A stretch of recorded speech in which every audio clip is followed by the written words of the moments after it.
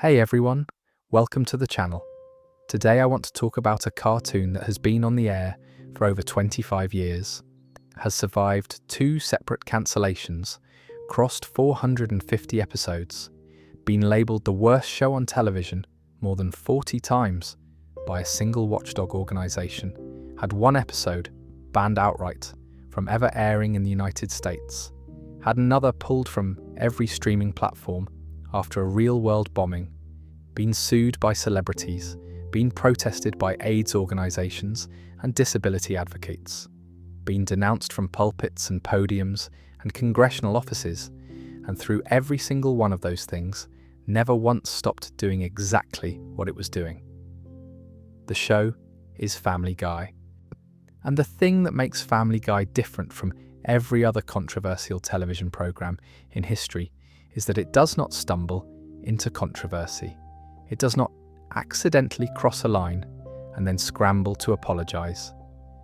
Family Guy treats controversy the way a combustion engine treats gasoline. It is fuel.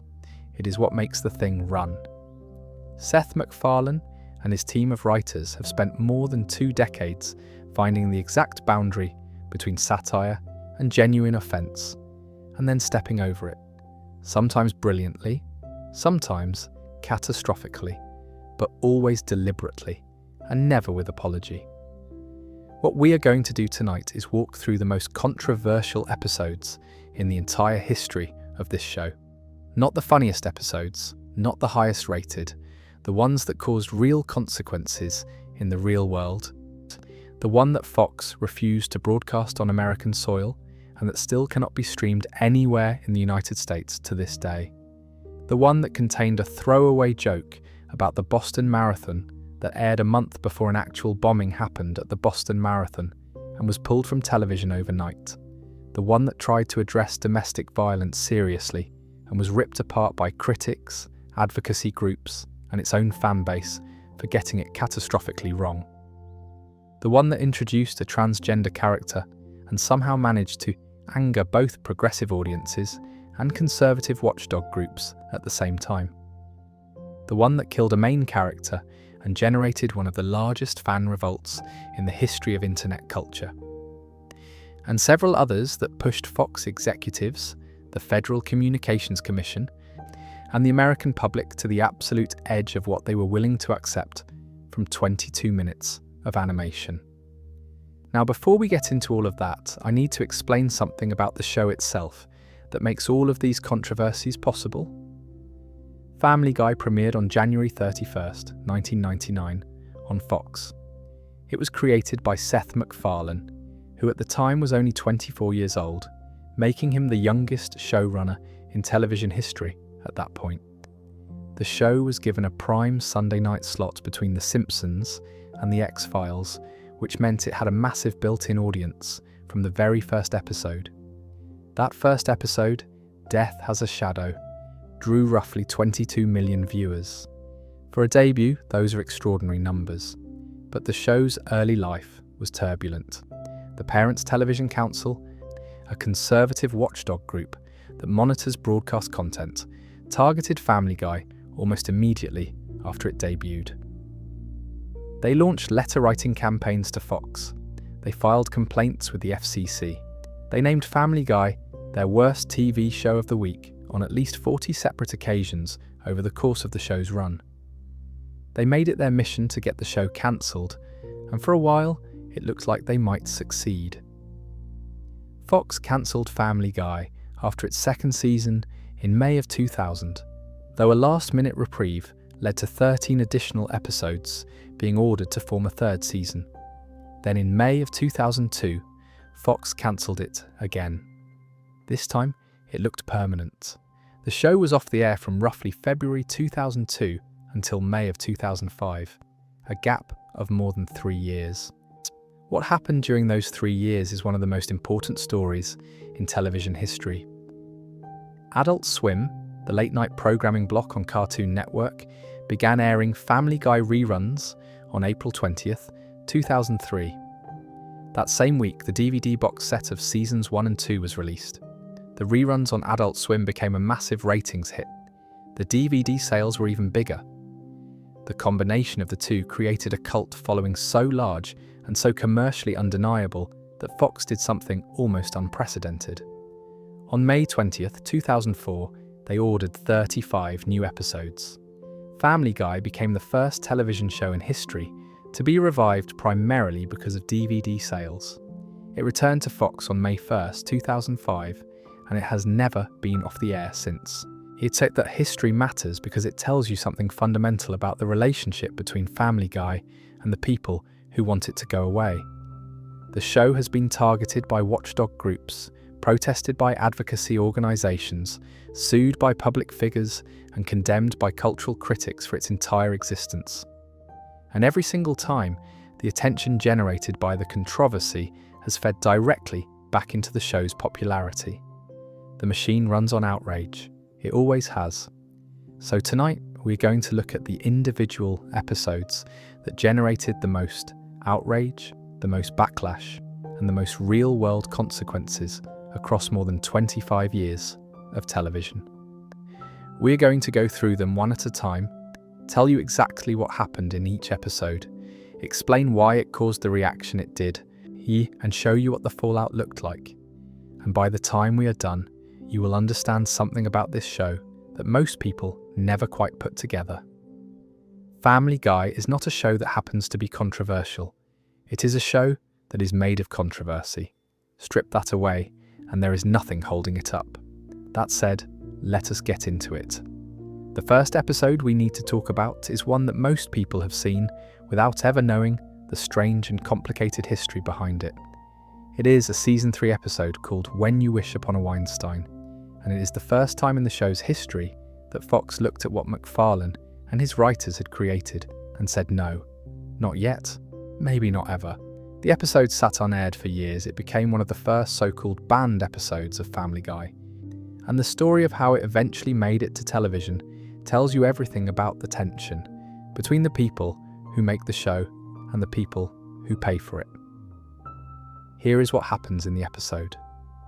Peter Griffin, who is, as we all know, not the sharpest tool in any shed he has ever walked into, finds himself in serious financial trouble. He has made a series of terrible decisions with the family's money, which is not unusual for Peter, but this time the consequences are catching up to him faster than normal.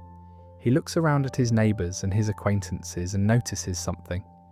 The people in his life who seem to be doing well financially, who seem to have their money in order and their investments managed properly, are Jewish. Now, if you are already uncomfortable, that is the point. The episode leans directly into a stereotype about Jewish people and financial success. And it does so not by accident or by implication, but by having Peter state it out loud. He decides that what he needs is a Jewish person to help him manage his money.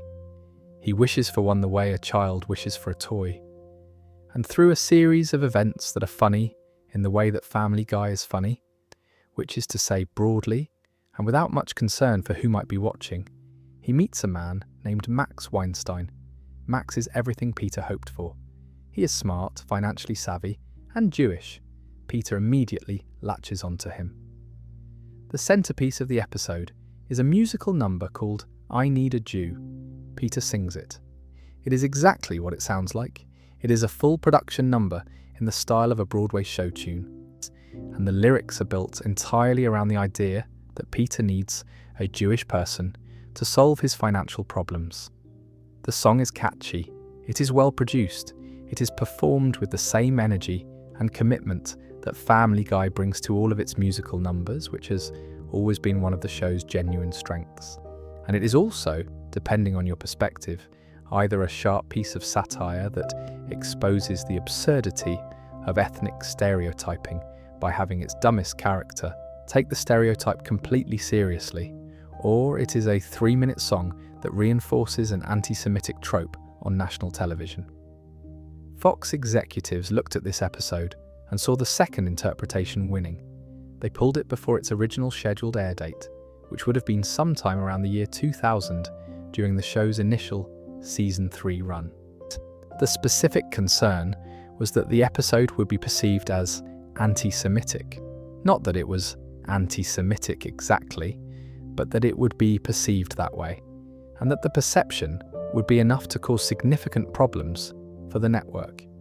The distinction matters because it reveals the calculation that networks are constantly making with a show like Family Guy. The question is never really whether something is offensive. Everything on Family Guy is offensive to someone. The question is whether the offense will generate the kind of attention that costs more money than it makes. Fox looked at I Need a Jew and decided the math did not work, so the episode disappeared. It was produced, it was animated, it was written and voice acted and scored, and then it was shelved. It existed in a kind of limbo. I'm technically complete but officially non-existent for years. This is where the story gets interesting, because the episode did not stay hidden forever. When Adult Swim began airing Family Guy reruns in 2003 during the show's cancellation period, they eventually broadcast When You Wish Upon a Weinstein. It aired on Adult Swim on November 9th, 2003. This was a big deal because it meant the episode that Fox had deemed too risky for their own network was now playing on a completely different channel to an audience that had never seen it before. Fox, having watched the episode air on Adult Swim without the world ending, eventually relented. They broadcast it themselves on December 10th, 2004, but even after it aired in the United States, the episode continued to cause problems in other markets. Basically, it was reported as having been banned in Canada in connection with Teletoon's broadcast of the series. The episode's reputation as a forbidden piece of content followed it across borders. There is also a legal dimension to this story. The musical number, I Need a Jew, generated a legal dispute. The Bourne Company, a music publishing firm, took issue with aspects of the song. The details of the dispute were reported in trade press and added another layer to the episode's already complicated history. Now here is what I think is genuinely important about When You Wish Upon a Weinstein, and it is not the question of whether the episode is anti-Semitic. Reasonable people can disagree about that. What matters is what the episode's suppression and eventual release tells us about the system that Family Guy operates inside. If Fox made a calculated decision to suppress a completed episode because they feared the public reaction. That decision was not based on whether the content was harmful. It was based on whether the content would generate the wrong kind of attention at the wrong time. A few years later, after the show had been cancelled and revived and had built a fan base that specifically valued its willingness to go places other shows would not go, the same content was allowed to air without incident. The episode did not change. The cultural moment changed, or more accurately, Family Guy's position within the culture changed. When the show was new and vulnerable, the network protected itself by hiding the controversial material. When the show was established and profitable and had a fan base that expected controversial material, the network let it through. This is the pattern that repeats across the entire history of Family Guy's controversies. The content is never really the issue. The timing is the issue. The business calculation is the issue. Whether the show is strong enough to survive the backlash is the issue. And by the time When You Wish Upon a Weinstein finally aired on Fox in 2004, the show had proven that it was not just strong enough to survive backlash. It was strong enough to be revived by it. The DVD sales that brought Family Guy back from cancellation were driven in significant part by the show's reputation as something dangerous and forbidden. The audience wanted to see what all the fuss was about. When You Wish Upon a Weinstein was the first episode to benefit from that dynamic. The very fact that it had been hidden made people want to see it more. Seth MacFarlane understood this dynamic better than almost anyone else in television at the time. He understood that in a media landscape where hundreds of shows are competing for attention, being the show that the network tried to suppress is worth more than any advertising campaign. It is free publicity that money cannot buy. And every time a watchdog group filed a complaint, or a network executive pulled an episode, or a newspaper columnist wrote an outraged think piece, the show's audience grew. When You Wish Upon a Weinstein is not the most extreme episode on this list. It is not the darkest or the most offensive, or the one that caused the most real-world damage. but it is the first. It is the episode that established the rules of engagement between Family Guy and the forces that wanted to control it. And those rules, once established, would govern every controversy that followed for the next 2 decades. The network will try to protect itself. The writers will push past the protection. The audience will reward the pushing, and the cycle will continue until one side gives up. In the case of Family Guy, neither side has given up yet. Before we move on, if you are enjoying this, please consider subscribing. It helps the channel more than you know. But the episode we just talked about was eventually allowed to air. The network hesitated, but they relented. The next episode on our list is different. It is the one that the network did not relent on. The one that was produced, completed, and then locked away from American audiences permanently. It has never aired on Fox. It has never aired on Adult Swim. It has never appeared on Hulu or any other streaming platform in the United States. If you live in America and you want to watch it, you need to find the Season 8 DVD box set, because that is the only place it has ever been officially available in this country. The episode is called Partial Terms of Endearment. It is the final episode of Season 8, and it holds a distinction that no other episode of Family Guy has ever held. It is the only episode in the entire history of the show that was outright banned from American broadcast. Not pulled after the fact, not edited for content, not delayed and eventually released, banned, before it even had a chance to air. Fox made the decision to block this episode from American television before Season 8 even premiered, and they announced that decision publicly at San Diego Comic-Con in 2009. That alone tells you something. The network was so certain that this episode would cause problems that they told the world about the ban at one of the largest entertainment gatherings on the planet, months before the season started. So what could possibly be in a 22-minute animated comedy that would make a major broadcast network take that kind of preemptive action? The answer is one word: abortion. Here is the plot. Lois Griffin runs into an old college friend named Naomi. Naomi and her husband Dale have been trying to have a baby for a long time, but have been unable to conceive. They ask Lois if she would be willing to serve as a surrogate mother, to carry their child for them. Lois, after some deliberation, agrees.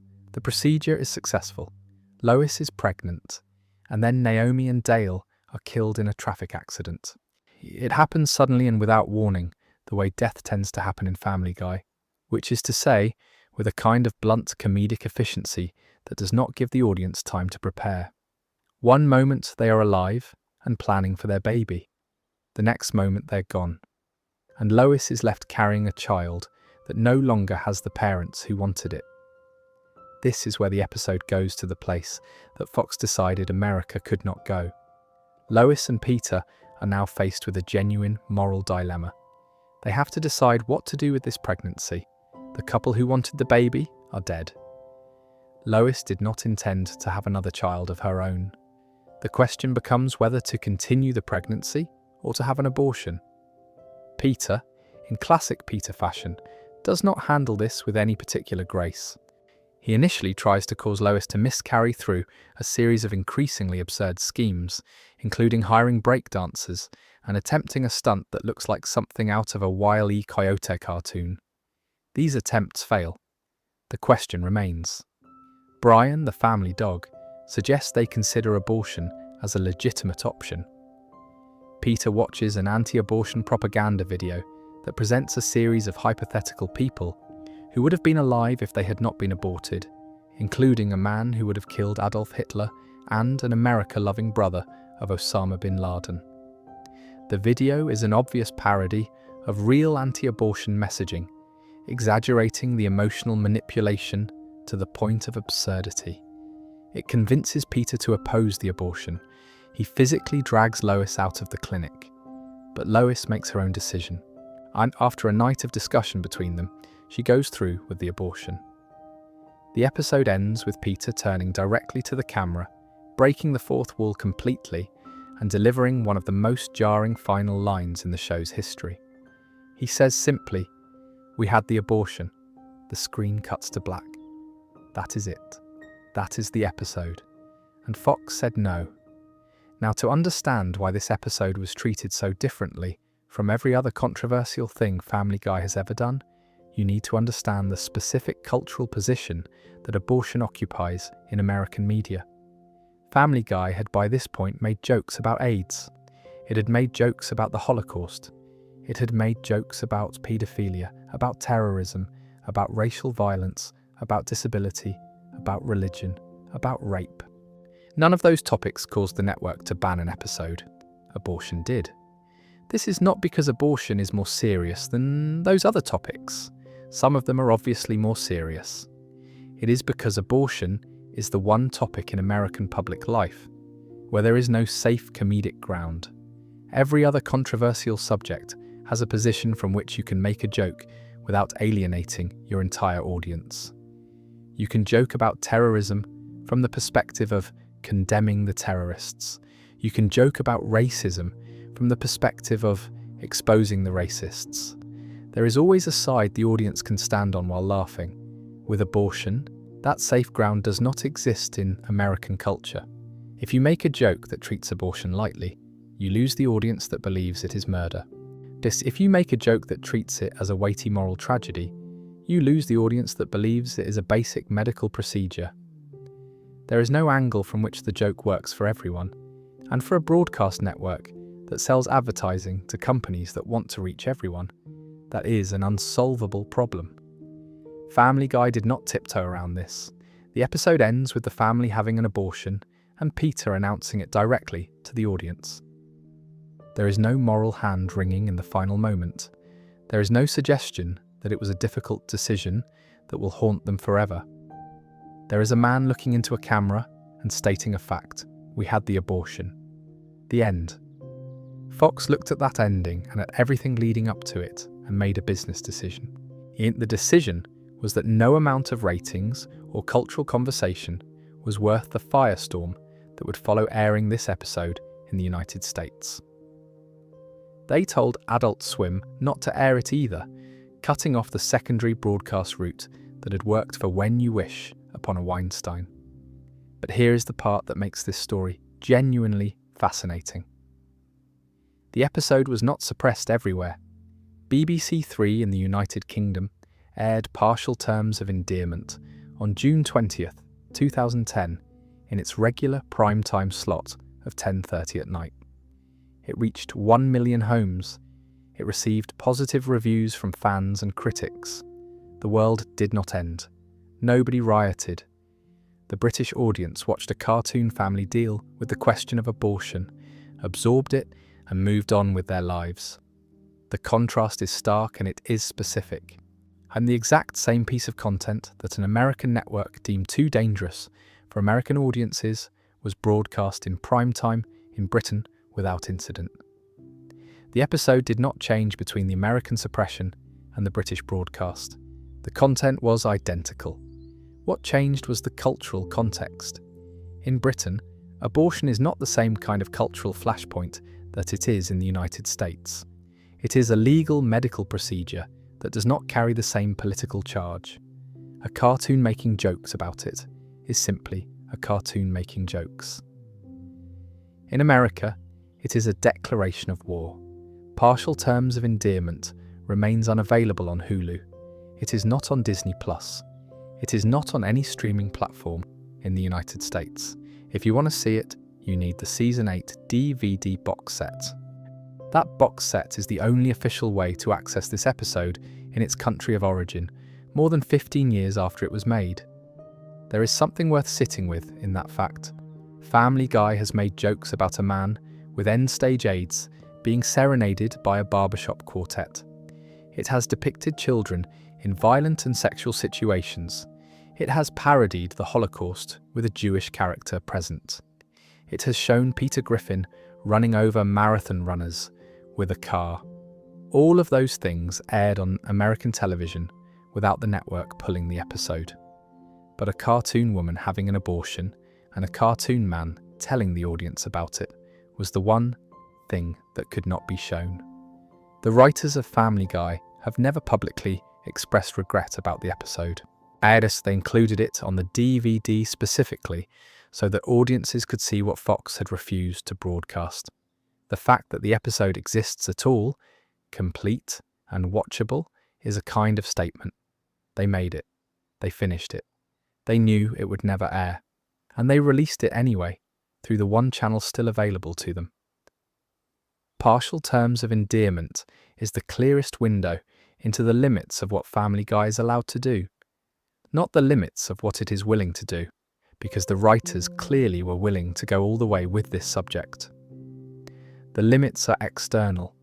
They are set by the network, by the advertisers, and by the specific configuration of cultural sensitivities that defines what Americans can and cannot watch on television at any given moment.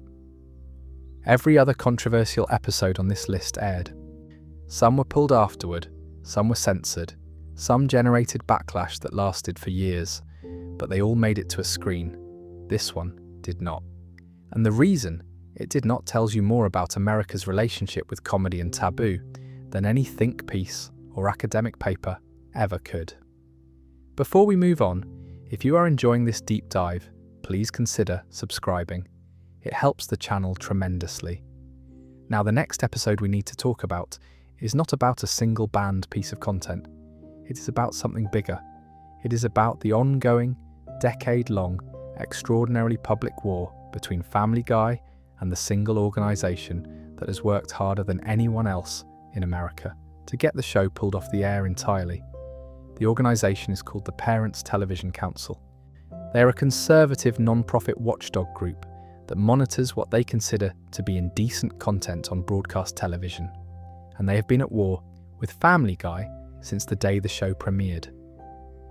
The history between the PTC and Family Guy is long, and it is relentless. In May of 2000, the PTC launched a letter-writing campaign directly to the Fox network, urging them to cancel Family Guy. This was during the show's second season, which means the PTC had decided this show needed to be destroyed before it was even 2 years old. They made Family Guy their target early, and they never let go. The PTC named Family Guy to their list of worst primetime shows for family viewing in 2000, again in 2005, and again in 2006. They named individual episodes of Family Guy as their worst TV show of the week on more than 40 separate occasions across the show's run. 40 times. That is not a campaign. That is an obsession. They filed formal complaints with the Federal Communications Commission. They encouraged their members to file complaints. They cited the show's content as evidence of what they called a corrupting influence on American culture, pointing specifically to what they described as lewd sexual content, racial humour, domestic violence, played for laughs, and statutory rape. And the show's response to all of this was to make an episode about it. The episode is called PTV. It is Season 4, Episode 14, and it is one of the most clever things Family Guy has ever done, because instead of ignoring the people trying to shut it down or quietly accepting the criticism, the show turned the entire controversy into content. Here is what happens. After the FCC cracks down on television content following an incident at the Emmy Awards, Peter Griffin decides to fight back. He starts his own television network called PTV. He broadcasts classic shows in their original, unedited versions and creates original programming that the FCC would never approve. Lois, playing the role of the concerned parent in this story, is upset by the obscene content on Peter's network. She calls the FCC herself. This triggers a crackdown not just on PTV, but on all of Quahog. The FCC begins censoring everyday life. All profanity is bleeped with an air horn. Audible bodily functions are banned in public. Peter and Lois are prevented from having physical intimacy because of the indecency laws. The centerpiece of the episode is an elaborate musical number in which Peter, Brian and Stewie perform a full song about the absurdity of the FCIC's regulations. It is produced with the same energy and polish that Family Guy brings to all of its musical sequences, and it catalogues a series of real and imagined censorship decisions with deadpan precision. The song ends with Peter, Stewie, and Brian in costume. The message is clear. The people who regulate content are more absurd than the content they regulate. Eventually, Lois comes around to Peter's point of view. The two of them lobby Congress to have the FCC's rulings reversed. Peter wins the argument by pointing out the resemblance between various Washington, D.C. buildings and anatomical features. The oppression ends. The family sits down to watch television, and the show closes on a joke. Now here is why this episode matters beyond its plot. The PTC response to PTV was extraordinary. In November of 2005, during the sweeps period for the television season, the PTC launched a campaign specifically targeting this episode. They encouraged their members to file indecency complaints about PTV with the FCC. Think about what that means for a moment. The show made an episode satirizing the exact process of filing FCC complaints. The PTC responded by filing FCC complaints about the episode that satirized filing FCC complaints. The show predicted the response inside the episode, and the response happened anyway. There is a layer of irony here that borders on performance art. The episode's entire argument is that watchdog groups use the complaint process as a weapon to enforce their particular vision of acceptable content. And the watchdog group that was being satirized responded by using the complaint process as a weapon to try to suppress the satire. The PTC walked directly into the trap the show had set for them, and they did not seem to notice. But the story gets even more circular. Fox, the same network that broadcast PTV, later included the episode in a special called TV's Funniest Moments, which aired on June 1st, 2007. This was Fox celebrating and promoting the episode as one of the funniest things on television. The PTC responded by naming a rerun of that special as their worst of the week. So now the cycle was complete. The show made fun of the PTC complained about the show. Fox celebrated the episode. The PTC complained about the celebration. The war between Family Guy and the PTC extended far beyond PTV. In March of 2009, the PTC filed formal complaints about the episode Family Gay, alleging that it contained sexual content that violated indecency law. In December of 2009, just 2 days after it aired, the PTC filed an indecency complaint about the episode Business Guy. Every time Family Guy pushed a boundary, the PTC was there with a complaint form, and yet none of it worked. Family Guy was never taken off the air because of PTC pressure. The show was cancelled twice, yes, but both cancellations were driven by ratings and network scheduling decisions, not by organised moral campaigns. When the show came back in 2005, it came back stronger than ever. When the PTC filed complaint after complaint, the complaints generated news coverage that generated curiosity, that generated viewership. This is the fundamental miscalculation that the PTC made for 25 years.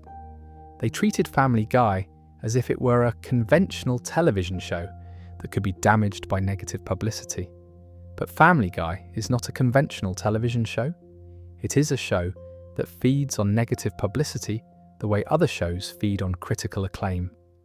Every PTC press release, every worst of the week designation, every FCC complaint was free advertising for a show whose entire brand was built on being the thing that decent people were not supposed to watch. Frederick S. Lane, in his 2006 book The Decency Wars, described Family Guy as among several television sitcoms aimed at what he called the darker side of family life. The book treated the show as a symptom of cultural decline. But from MacFarlane's perspective, and from the perspective of the millions of people who watch the show every week, the cultural concern about Family Guy was not a problem to be solved. It was a feature to be marketed. PTV is the episode that makes this dynamic visible. It is the show looking directly at the mechanism that is trying to destroy it, and turning that mechanism into entertainment. It is not just a defense against the PTC, it is a demonstration that the PTC's attacks are themselves a form of content that the show can absorb and repurpose. The complaint becomes the joke. The joke generates more complaints. The complaints generate more attention. The attention generates more episodes. And on it goes. There is one more detail about the broader PTC campaign that deserves mention. In 2000, at the very beginning of its war against Family Guy, the PTC noted that the show had returned from a long hiatus in its second season and cited what it described as strong advertiser resistance and low ratings. They believed that market forces would do what moral arguments could not. They were wrong. The show's ratings fluctuated, its advertisers shifted, and it was eventually cancelled. But then it came back. And it came back specifically because an audience that had grown up watching cable television and consuming content on DVD was not interested in what the PTC thought they should and should not be watching. The PTC fought Family Guy for more than 2 decades. Family Guy won. Not because it was morally right or because its humour was defensible on every occasion. It won because the audience chose it. And in American television, the audience is the only judge that matters. Before we move on, if you are enjoying this, please consider subscribing. It really does help. Now, every episode we have talked about so far involves a controversy that was, to some degree, expected. The writers knew When You Wish Upon a Weinstein would be risky. They knew partial terms of endearment would be explosive. They knew PTV was poking a hornet's nest. The next episode is different. The next episode became controversial, not because of anything the writers intended, but because reality intervened in the worst possible way at the worst possible time. The episode is called Turban Cowboy.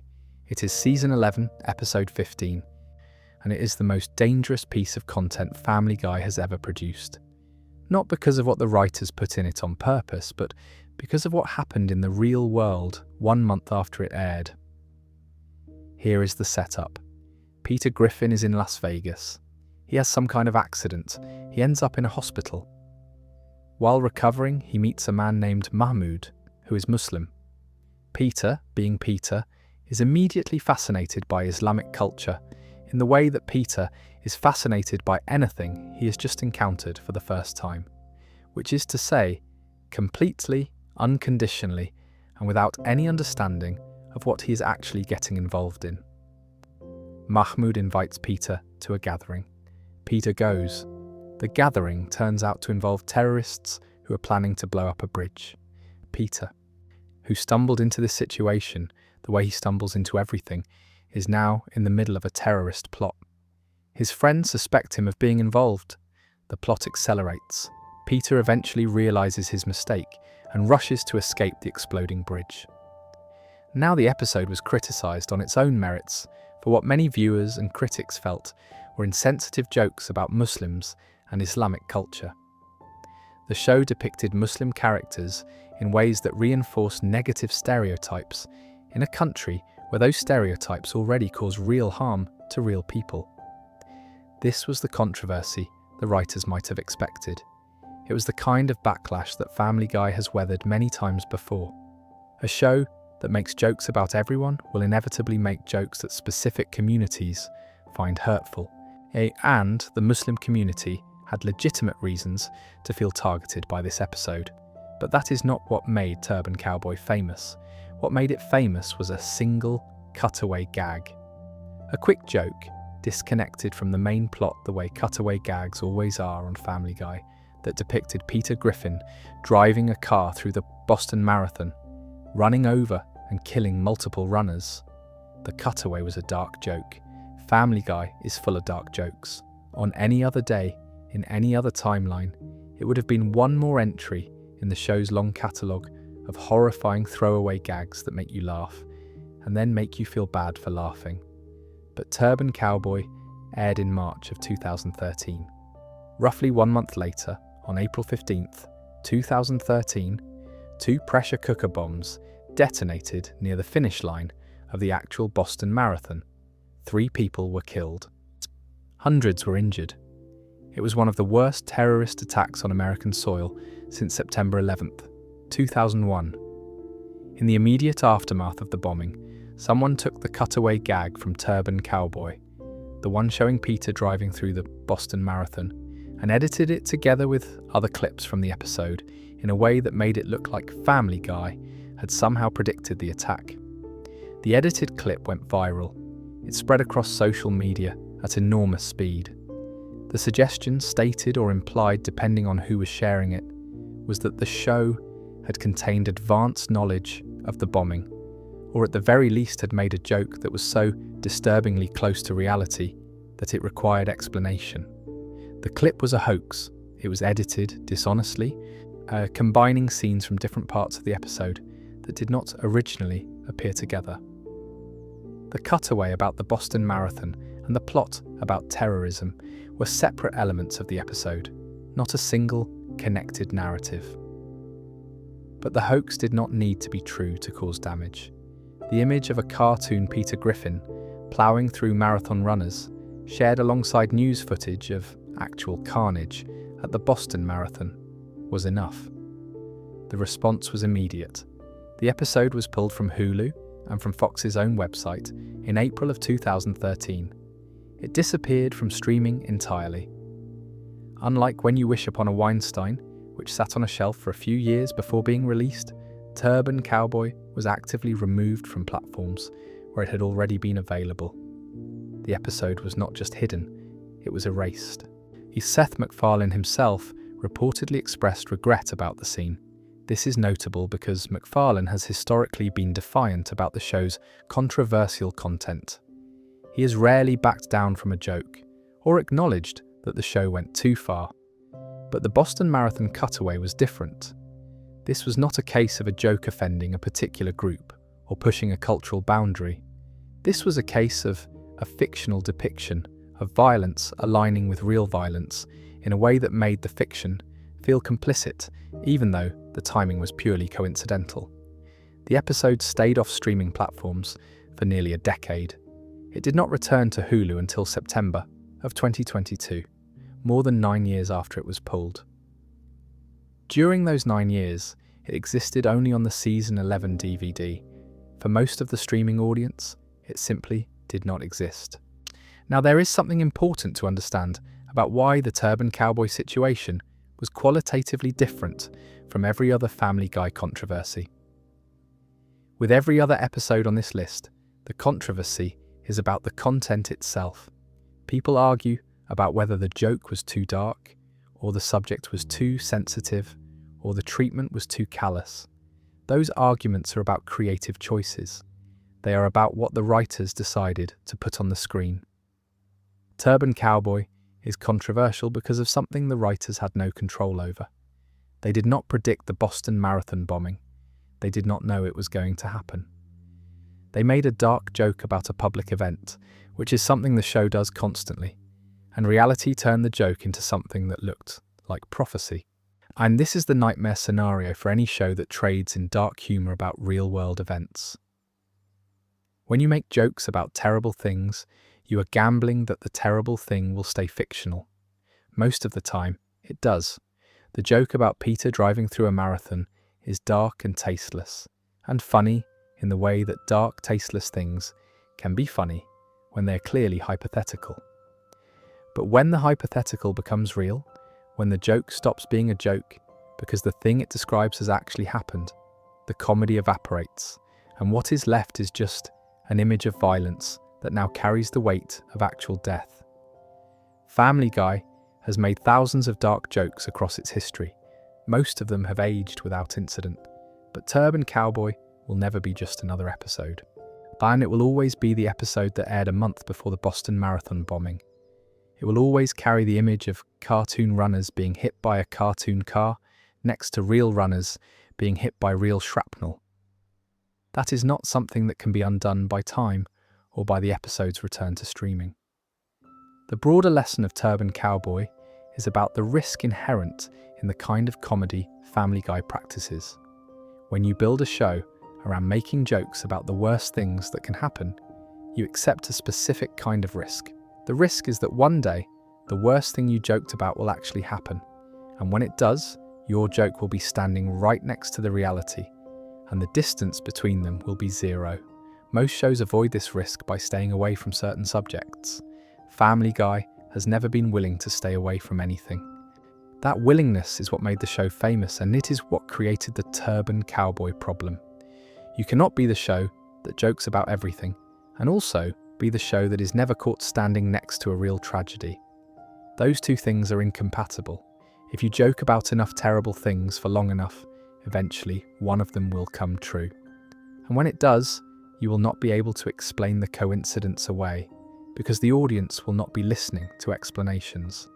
They will be looking at the image, and the image will be a cartoon version of the thing that just killed their neighbours. Before we move on, if you're enjoying this, please consider subscribing. It helps the channel tremendously. The next episode we need to talk about takes us into completely different territory. It is not about a joke that went wrong or a subject that was too hot for television. It is about Family Guy attempting to do something it almost never does. It is about the show trying to be genuinely sympathetic to a real community of people, and somehow making things worse in the process. The episode is called Quagmire's Dad. It is Season 8, Episode 18. It aired on May 9th, 2010, and it is the episode that best demonstrates the gap between what Family Guy thinks it is doing and what it is actually doing. To understand why this episode caused the reaction it did, you need to understand the context in which it arrived. In early 2010, months before the episode aired, Seth MacFarlane gave an interview to After Elton, an LGBT media website. In that interview, he addressed concerns from the gay community about how his animated shows had portrayed LGBT characters. He said, and this is worth paying attention to, that it always distressed him to hear that the gay community was upset with the show, because that was one group of people he hoped would know the show was on their side. MacFarlane described the upcoming episode about Quagmire's father as a sympathetic portrayal of a transgender character. He was genuinely positioning the episode as an act of allyship. He believed the show was about to do something kind and progressive for the transgender community. The episode aired. The reaction was not what he expected. Here is what happens. Peter and Joe visit Quagmire and are introduced to his father, Lieutenant Commander Dan Quagmire. Dan is a decorated Navy veteran. He is a war hero who served with distinction. Peter and the others expect Dan to be the source of Quagmire's legendary sexual appetite. Instead, they are surprised by Dan's mannerisms, which they interpret as effeminate. Quagmire grows increasingly anxious about his father's behaviour. At a naval ball held in Dan's honour, the double entendre pile up until Quagmire can no longer ignore what he suspects. He confronts his father directly and asks if he is gay. Dan says no, he is not gay. He is a woman trapped in a man's body, and while he is in Quahog, he plans to have gender-affirming surgery. The procedure takes place. Dan emerges as Ida, a woman. The surgery is depicted as instantaneous and comically simple. A doctor comes out of the operating room covered in blood and delivers the news with a one-liner. Ida walks out as a fully transformed woman, blonde and attractive, with no recovery period whatsoever. This is the first place where the episode begins to diverge from the sympathetic portrayal MacFarlane had promised. In reality, gender-affirming surgery is a complex, multi-stage process that typically requires months or years of hormone therapy beforehand and weeks of hospital recovery afterward. The episode compresses this into a single scene, played for shock value. The medical reality of what transgender people go through is erased in favour of a quick gag, but the bigger problem is what happens next. Brian Griffin, who has been out of town at a seminar, returns to Quahog without knowing about Dan's transition. He stops at a bar and meets an attractive woman. They connect, they talk. He is genuinely interested in her. They go back to her hotel room and spend the night together. The next morning, Brian tells Peter and Lois about this amazing woman he has met. He shows them a photo. Peter and Lois immediately recognize Ida and begin laughing hysterically. Brian, confused and annoyed by their reaction, insists that they are jealous because he has found a real woman. This makes them laugh even harder. Brian goes upstairs and starts talking with Stewie about Quagmire's father and the sex change. As the conversation continues, Brian slowly realizes that the woman he slept with is Ida.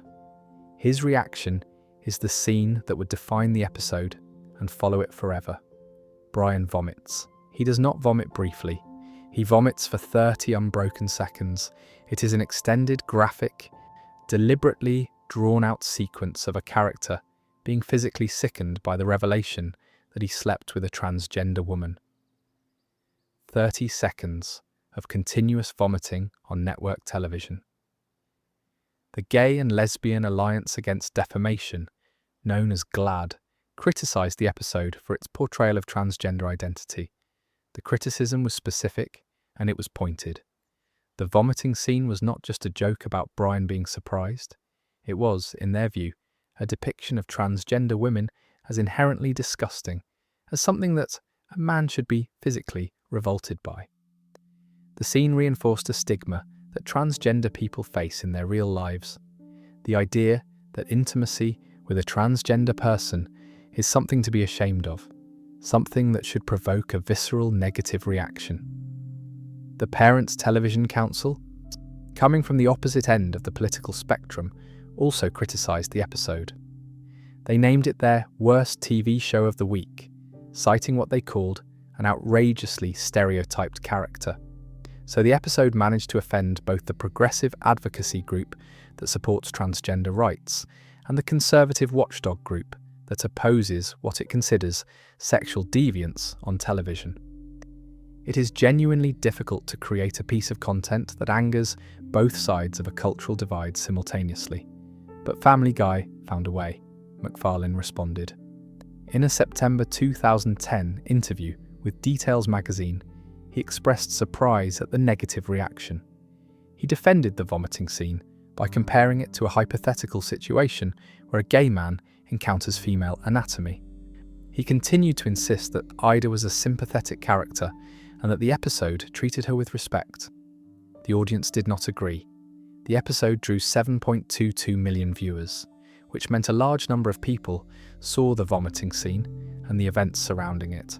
And the critical consensus was that the episode, whatever its intentions, had handled transgender identity poorly. The comparison that came up most often was to another television show that aired that same year. It's Always Sunny in Philadelphia, a show that is just as willing to be offensive as Family Guy, had a recurring transgender character named Carmen. By the time of her appearances in 2010, the show had evolved to portraying Carmen positively, showing her in a loving marriage with a man who accepted her. The contrast between that portrayal and Brian vomiting for half a minute was noted by multiple critics. There is also the matter of how the episode ends. Quagmire finds out that Brian slept with Ida. He attacks Brian. He beats him severely, and the episode presents this as if Brian had done something wrong. But Brian's encounter with Ida was consensual. He did not know her history. He was attracted to her as a woman, which is, if you think about it, the exact outcome that a genuinely sympathetic portrayal of a transgender character would celebrate. Brian found Ida attractive and desirable as the woman she had become. That should be the affirming moment. Instead, the episode treats it as the worst thing that has ever happened to Brian, worthy of 30 seconds of vomiting and a physical assault. This is the core problem with the episode, and it is the thing that MacFarlane never seemed to fully grasp in his public responses. The episode was not criticised because it featured a transgender character. It was criticised because every reaction to the transgender character, from Brian's vomiting to Peter and Lois's laughter, to the Griffin family throwing out food that Ida had prepared, communicated a single consistent message. That being transgender is something disgusting and humiliating. That proximity to a transgender person is something to be ashamed of. That the appropriate response to discovering someone's transgender identity is horror. MacFarlane's defense was always that this is how the characters would realistically react. And he may have been right about that. Peter Griffin would absolutely laugh. Brian Griffin might indeed be shocked. The problem is that in a show where the characters' reactions are the joke, making the characters react with disgust to a transgender person means the transgender person becomes the punchline. And when the creator of the show says this is supposed to be sympathetic, the disconnect between the intention and the execution becomes the real story.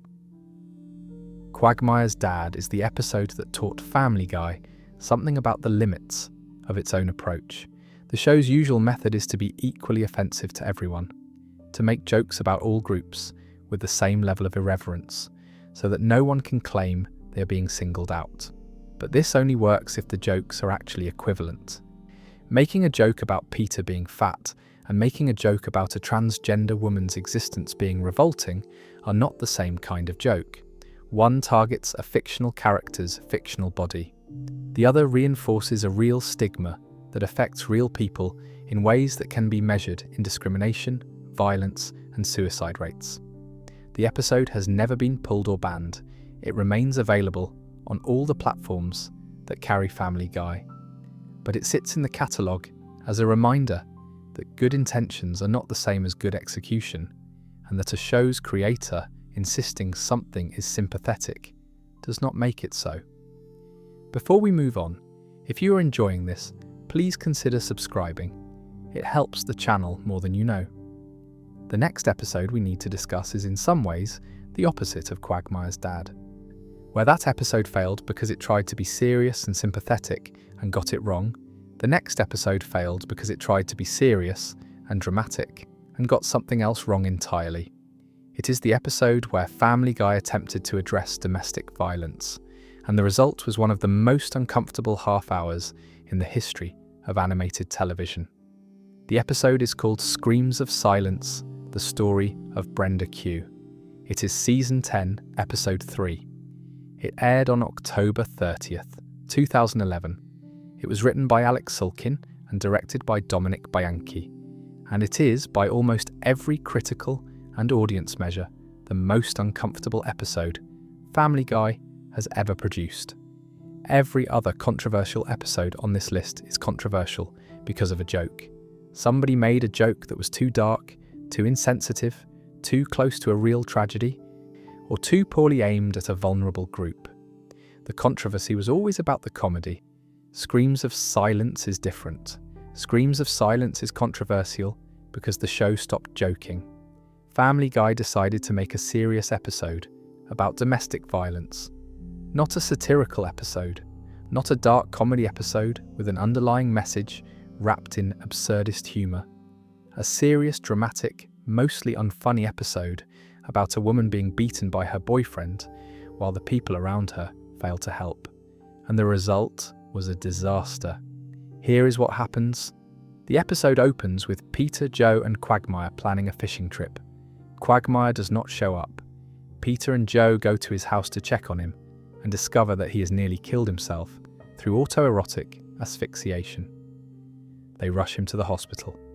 At the hospital, Quagmire's sister Brenda arrives to visit him.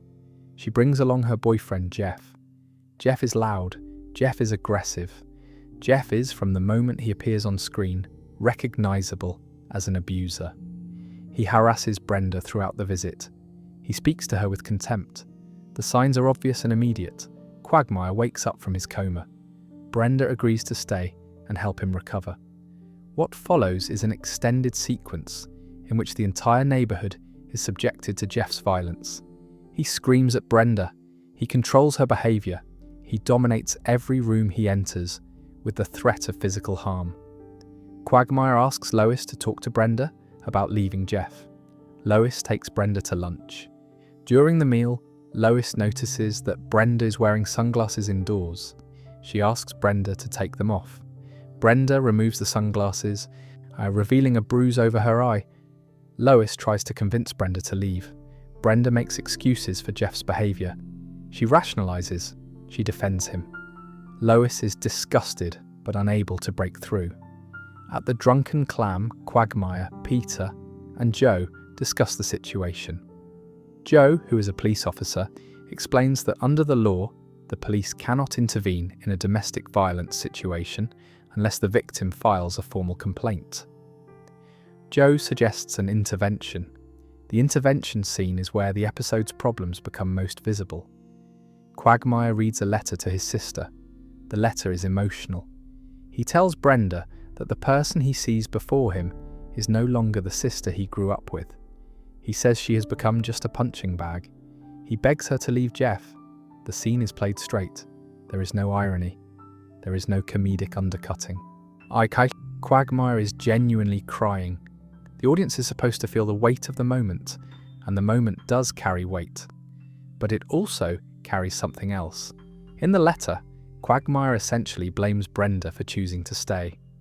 He frames her continued presence in the relationship as a choice she is making rather than a trap she is caught in. This is the exact framing that domestic violence advocates spend their careers trying to dismantle.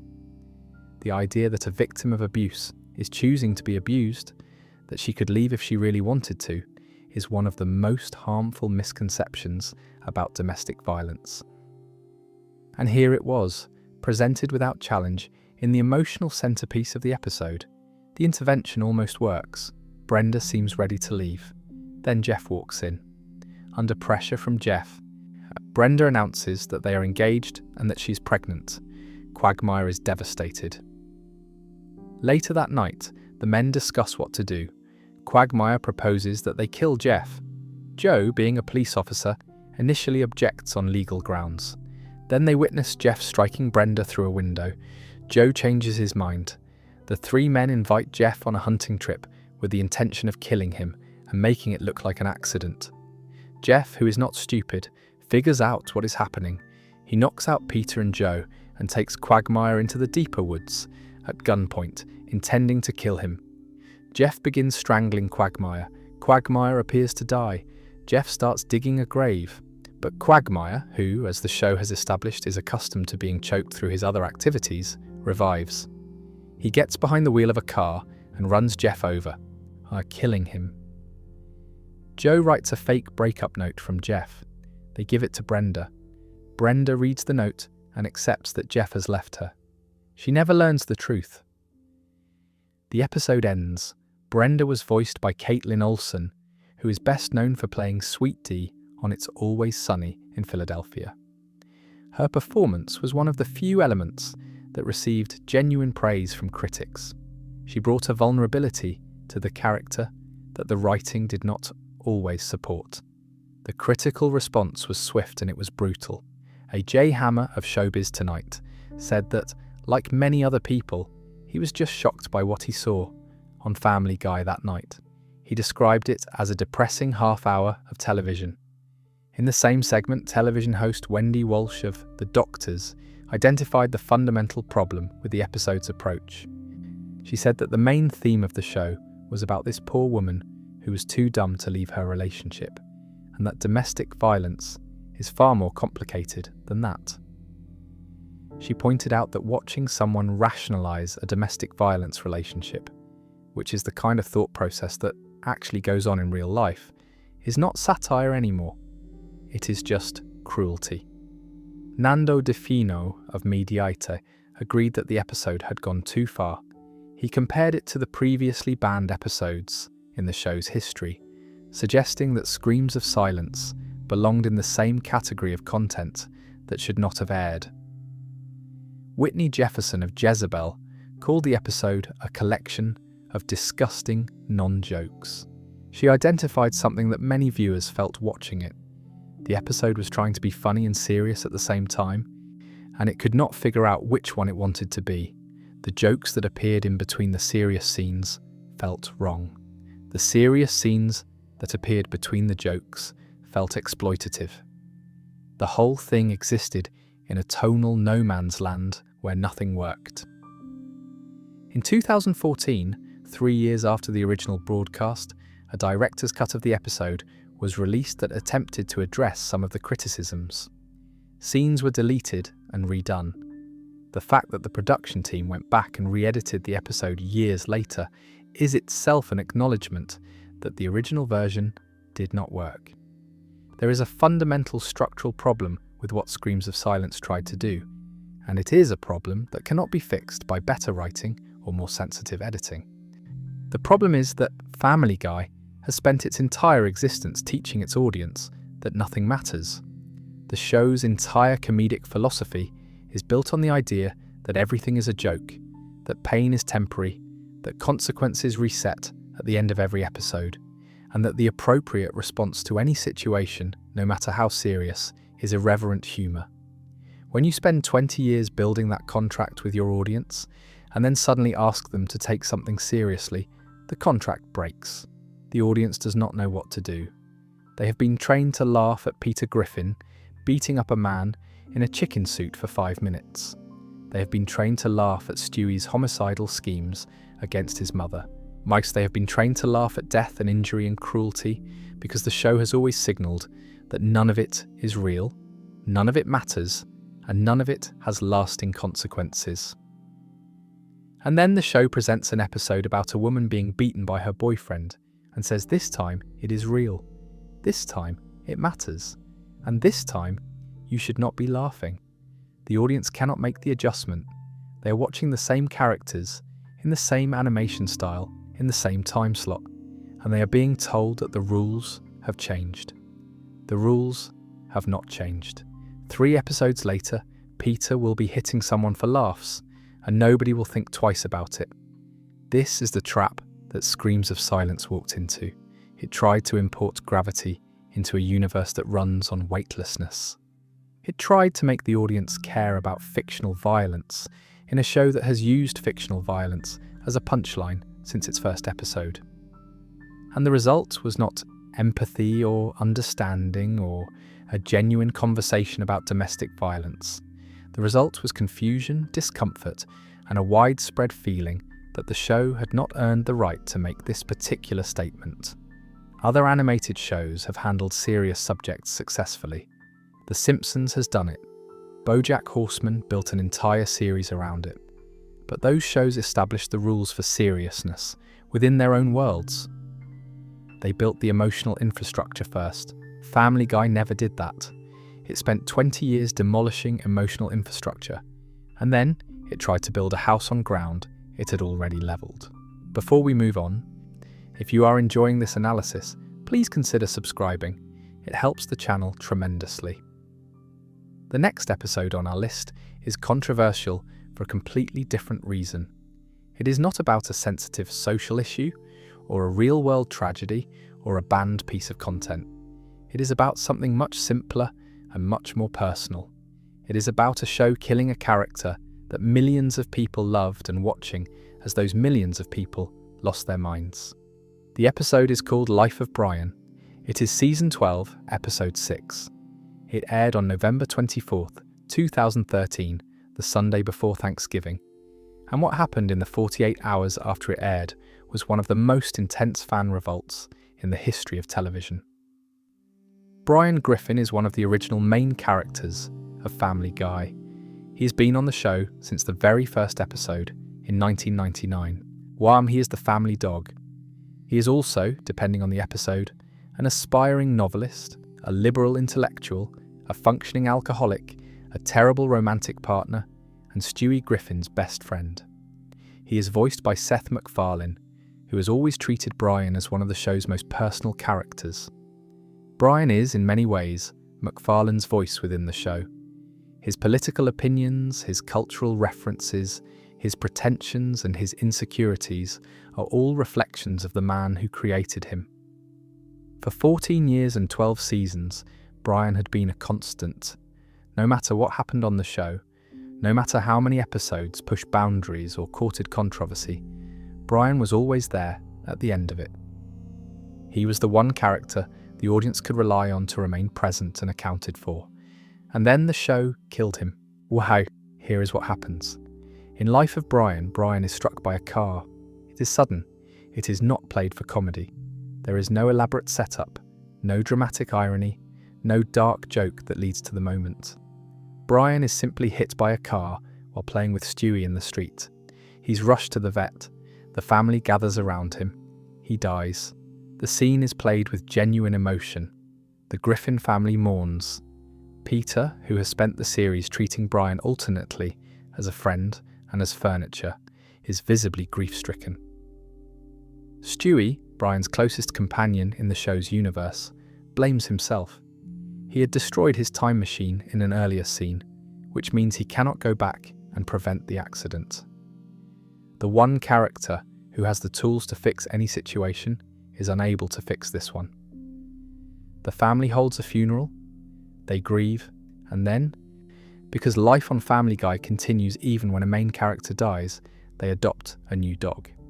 The new dog is named Vinny. He is voiced by Tony Sirico, who is best known for playing Paulie Walnuts on The Sopranos. Vinny is charming. Vinny is funny. Vinny is clearly designed to fill the hole that Brian left. The audience did not want Vinny. The audience wanted Brian back, and they made this known in every way available to them. Within hours of the episode airing, social media erupted. The hashtag about Brian's death trended nationally. Fans created online petitions demanding that the show reverse its decision. One petition, on change.org, reportedly gathered tens of thousands of signatures. News outlets covered the backlash. Entertainment websites published articles about it. The story of Brian Griffin's death became a mainstream news event, not because a fictional dog died on a cartoon show, but because the reaction to that fictional dog dying was so enormous and so emotional that it became a story in its own right. People were angry, not the kind of performative anger that television controversies usually generate, where people express outrage on social media and then move on with their lives. This was personal. Brian Griffin meant something to a very large number of people. He was the character they identified with. He was the one who read books and had political opinions and tried to be better than he was, and failed and tried again. He was the most human character on a show full of cartoons, and the show had killed him off without warning and replaced him with a guy from The Sopranos. The backlash was notable for what it was not about. Nobody was angry because the show had been offensive. Nobody was filing complaints with the FCC. Nobody was launching a boycott over insensitive content. People were angry because they had lost something they cared about. This was not a controversy about propriety or decency or cultural sensitivity. It was a controversy about love. The audience loved Brian Griffin, and the show had taken him away. Life of Brian remains one of the lowest rated episodes on IMDb. Not because it is a bad episode in terms of writing or production. It is actually a well-constructed piece of television. The death scene has weight. The aftermath has genuine feeling. The problem is that the audience did not want well-constructed grief. They wanted their character back, and they got him. 2 episodes later, in an episode called Christmas Guy, Stewie finds a way to travel back in time and prevent Brian's death. Brian is alive again. The timeline is restored. Vinny disappears. Everything returns to normal. The entire death lasted approximately 3 weeks of real-world time.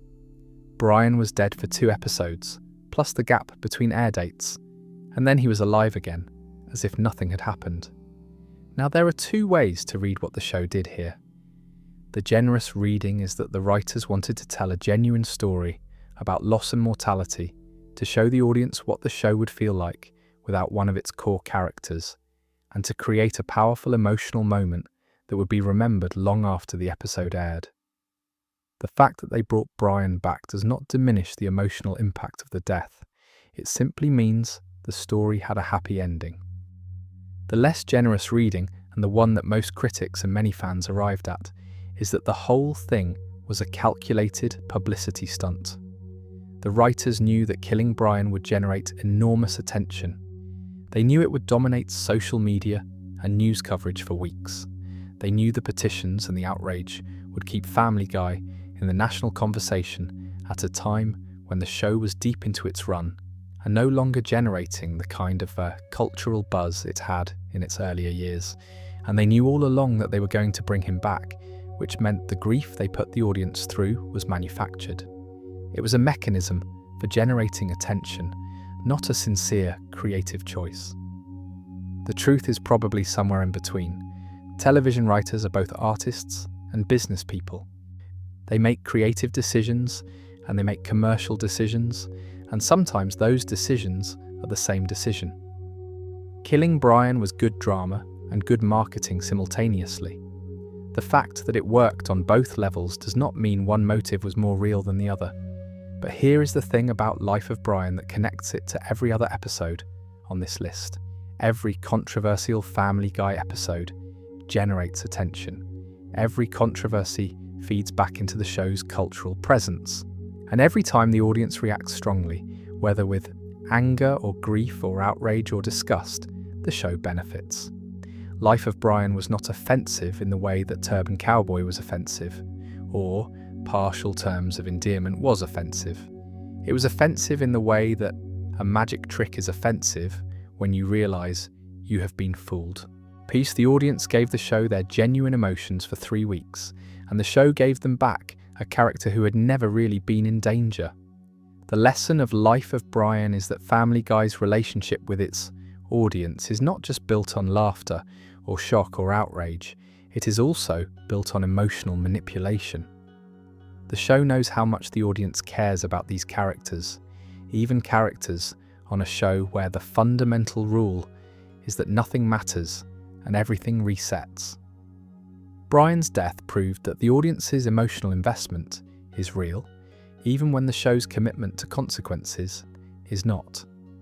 And that gap between real audience feelings and fictional show consequences is something the writers can exploit whenever they choose to. They chose to exploit it in November of 2013. It worked. The show was the most talked about program on television for 3 weeks. Brian came back. The petitions stopped. The news cycle moved on. And Family Guy had demonstrated once again that there is no form of attention it cannot convert into fuel. Before we move on, if you are enjoying this deep dive, please consider subscribing. It means a lot. Now, everything we have covered so far has been about individual episodes, one story at a time, one controversy at a time. But the next section is about something broader. It is about all the other flashpoints, the other moments across 25 years of television that generated controversy and conversation and complaint. Because Family Guy's controversial history is not a collection of isolated incidents. It is a pattern, and the pattern, when you see it clearly, tells you something about the show that the individual episodes cannot.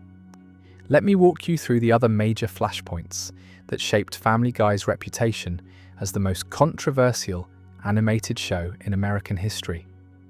Because while the episodes we have already covered are the biggest, they are not the only ones. The show has been generating backlash across every possible subject for its entire run, and some of these smaller controversies tell the story just as clearly as the big ones. Start with The Simpsons Guy.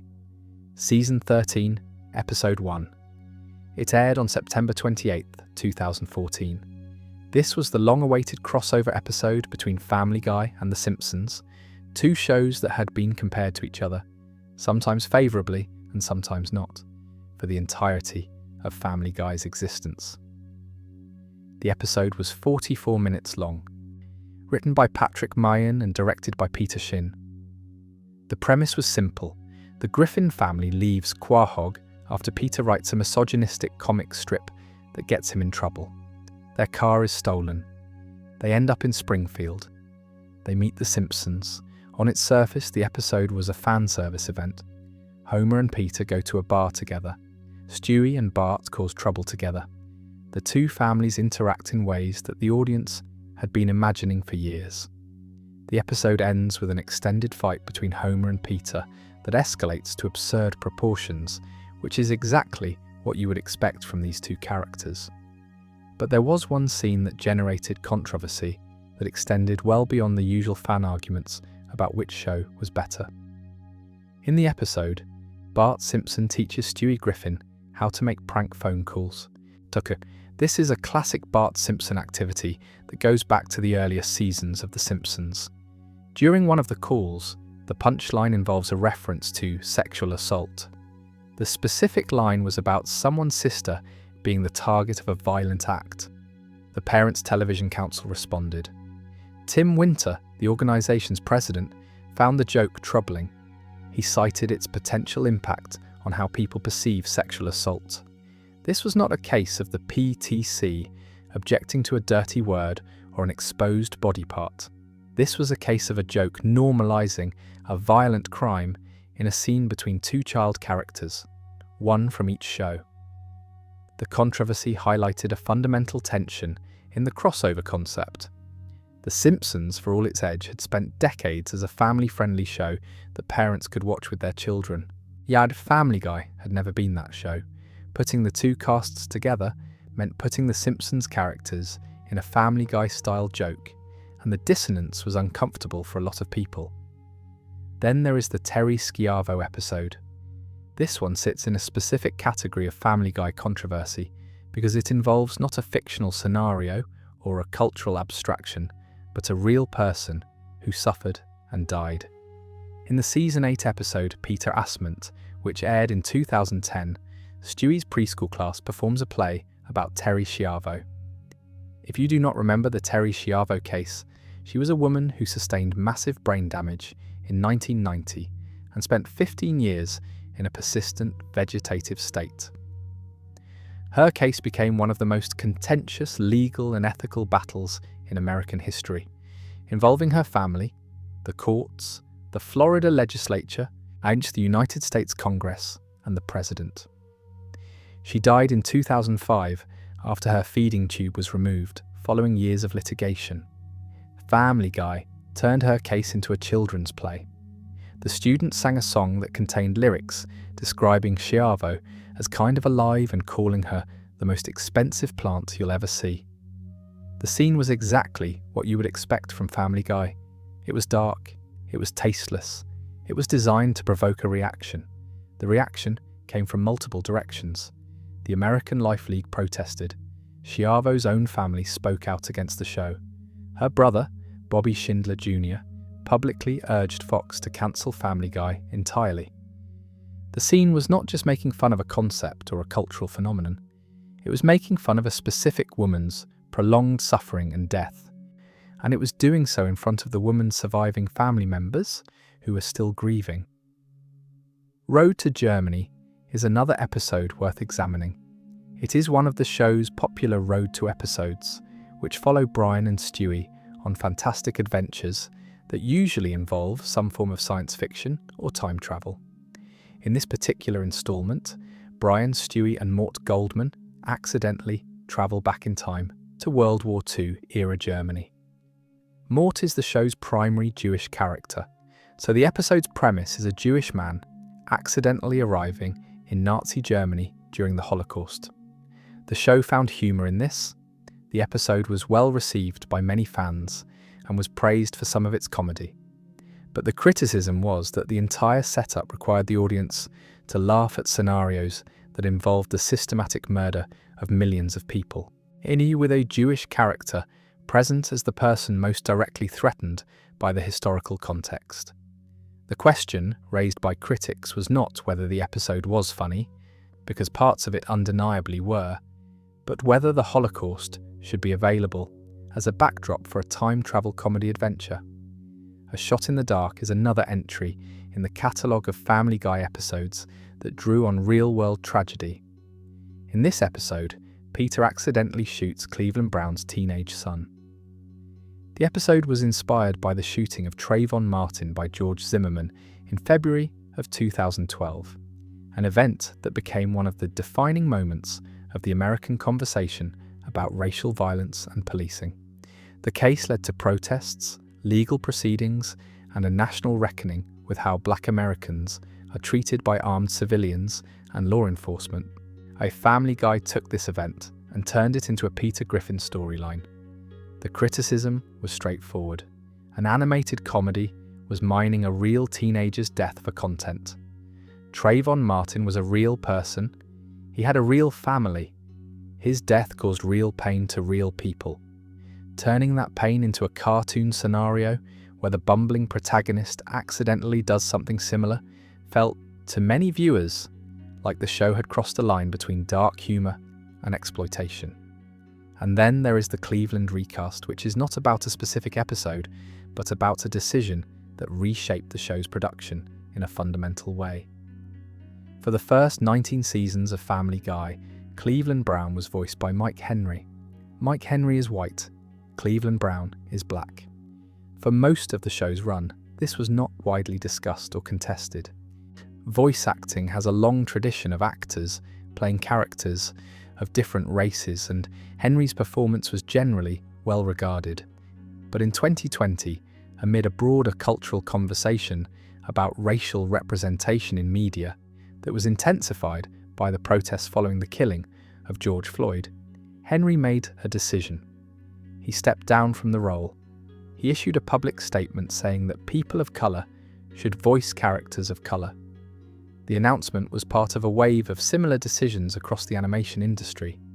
Other shows, including Big Mouth and Central Park, made similar recasting choices around the same time. Arif Zahir was announced as Henry's replacement on September 25th, 2020. He took over the role beginning with season 20. Henry had voiced Cleveland for more than 300 episodes across roughly 2 decades. The transition was significant not just for Family Guy, but for the broader animation industry, which was grappling with questions about representation that it had largely avoided for its entire history. The recast was itself controversial, but in a different way from the episodes we have been discussing. Some people praised the decision as long overdue, others argued that voice acting is acting, and that the race of the performer should not determine which characters they can play. The debate was not about whether Family Guy had made an offensive joke, it was about whether the show's entire production structure had been built on a practice that was itself a form of offence. There are other flashpoints scattered across the show's history. The AIDS cutaway in the Cleveland Loretta Quagmire, where Peter and a barbershop quartet sang and danced around the bed of a man with end-stage AIDS, drew condemnation from AIDS service organisations. Venezuela banned the show over an episode involving cannabis. A Season 8 episode contained a reference to Sarah Palin that generated political backlash. The show had multiple legal battles, including a lawsuit from Carol Burnett over a parody character that was dismissed under First Amendment and fair use protections, and a lawsuit from Art Matrano over a parody of his magic act that was also dismissed. Each of these incidents, taken individually, is a footnote, but taken together, they form a picture. Family Guy has been in some form of public controversy for essentially every year of its existence. There has never been a sustained period of peace between the show and the various groups that object to its content. The controversies overlap. They compound. They feed into each other in ways that make it impossible to separate the show from the reactions it generates. And that is not an accident, it is the business model.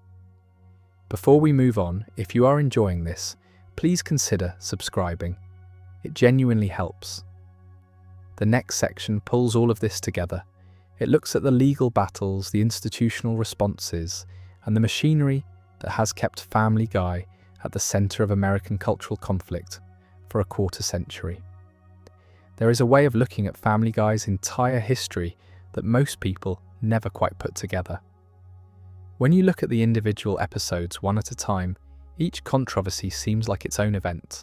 Or actually, a banned episode here, a pulled episode there, a protest from this group, a lawsuit from that person. It feels random. It feels like a show that keeps stumbling into trouble because it does not know when to stop.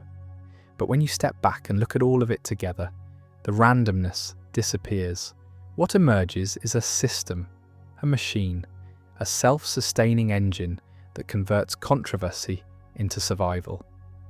Let me explain what I mean by walking through the institutional side of this story, the part that most people never hear about because it happens in legal offices and network boardrooms and FCC filing systems rather than on screen. Family Guy has been involved in legal disputes for most of its existence. The Carol Burnett lawsuit is one of the most notable. The legendary comedian sued the show over a parody character that depicted her in a way she found offensive. The case went before a judge and was dismissed under First Amendment protections and the legal doctrine of fair use as applied to parody. The ruling established that Family Guy's style of humour, which regularly depicts real people in exaggerated and often unflattering scenarios, is protected speech. The Art Metrano lawsuit followed a similar path. Metrano, an entertainer, sued over a Family Guy parody of his magic act. That case was also dismissed under fair use. The legal system, twice in succession, affirmed that what Family Guy does, taking real people and real cultural touchstones and transforming them through absurdist comedy, is constitutionally protected. These legal victories matter because they established a boundary. They told every future potential plaintiff that suing Family Guy over a parody was unlikely to succeed. The legal landscape around the show hardened into something that protected the writer's ability to say almost anything about almost anyone. Every lawsuit that was filed and lost made the next potential lawsuit less likely to be filed at all. Fox, the network that has broadcast Family Guy for its entire run, has its own complicated relationship with the show's controversies. On one hand, Fox has repeatedly intervened to suppress content it deemed too risky. They banned partial terms of endearment. They initially shelved When You Wish Upon a Weinstein. They pulled at least one provocative Emmy consideration advertisement that MacFarlane created because newspapers refused to run it. iFox has acted as a brake on the show's most extreme impulses at multiple points throughout the series. On the other hand, Fox has also profited enormously from the attention those controversies generate. The network has renewed Family Guy repeatedly across 2.5 decades. In April of 2025, they signed what was described as a mega deal, renewing the show through season 28, which would take it through at least the 2028 to 2029 television season. That deal was announced on April 2nd, 2025. A network does not sign a multi-season renewal deal with a show it considers a liability. Fox has clearly concluded that Family Guy's controversies are not a bug, they are a feature. The attention they generate, negative and positive alike, is worth more than the occasional headache of managing a network complaint or pulling an episode from streaming. The FCC has been involved in the Family Guy story primarily through the PTC's complaint campaigns. The Federal Communications Commission is the government body that regulates broadcast content in the United States. It has the authority to fine networks for broadcasting indecent material during certain hours. The PTC has used this authority as a weapon against Family Guy for decades, filing formal complaints and encouraging its members to do the same. But here is the interesting part. Despite more than 20 years of complaints, despite being named Worst TV Show of the Week more than 40 times, despite organised campaigns targeting specific episodes, the FCC has never taken significant action against Family Guy. The complaints have been filed, the complaints have been processed, and the show has continued to air without meaningful regulatory consequence. This tells you something about the gap between cultural outrage and institutional power. The PTC can generate enormous amounts of noise. They can fill the FCTC's inbox. They can get their members to write letters and make phone calls and express their displeasure in every format available to them. But converting that noise into actual consequences requires the FCC to agree that the content in question violates specific legal standards. And those standards are narrower than most people realise. Broadcast indecency is defined by law in terms that give enormous latitude to artistic expression, especially when the content can be characterised as satire or social commentary. Family Guy has always been able to claim that its content, no matter how extreme, is satirical in nature. The show does not endorse the behaviours it depicts, it makes fun of them. And making fun of bad behaviour, even if the making fun involves depicting that behaviour in graphic detail, is protected under the same legal framework that protects political cartoons and stand-up comedy and newspaper editorials. The PTC has spent 25 years trying to close this loophole, and the loophole remains open. There is one more institutional element that deserves attention. Seth MacFarlane's personal relationship with controversy extends beyond the show itself. MacFarlane was booked on American Airlines Flight 11 on September 11, 2001. He missed the flight. That plane was the first to hit the World Trade Center. MacFarlane has spoken publicly about this experience and about how it shaped his perspective on life and on the kind of work he wanted to do. Whether his near-death experience on September 11th directly influenced the show's willingness to joke about terrorism and death and disaster is impossible to know from the outside. But the biographical detail sits alongside the show's history in a way that adds a dimension to the conversation about what Family Guy is willing to joke about and why. Now let me describe the machine itself, because that is what all of these institutional elements add up to. Not a collection of random controversies, but a system that functions with mechanical reliability. The machine works like this. The writers create an episode that contains content designed to provoke a reaction. The content airs. The reaction happens. Watchdog groups file complaints. Media outlets cover the controversy. Social media amplifies it. The show's name appears in headlines. People who have never watched Family Guy hear about the controversial episode, and some of them tune in to see what the fuss is about. Ratings hold steady or increase. Advertisers continue to buy time on the show because the audience is there. The network renews the show because the audience and the advertisers are there. The writers, now renewed for another season, create more provocative content. The cycle repeats. This cycle has been running continuously for more than 25 years. It has survived 2 cancellations, a 3-year absence from television, a revival driven by DVD sales, the transition from broadcast to streaming, the rise of social media, multiple changes in the cultural conversation about what is and is not acceptable in comedy, and the complete transformation of the media landscape from one dominated by a few broadcast networks to one fragmented across dozens of platforms. The machine has adapted to every change in the environment.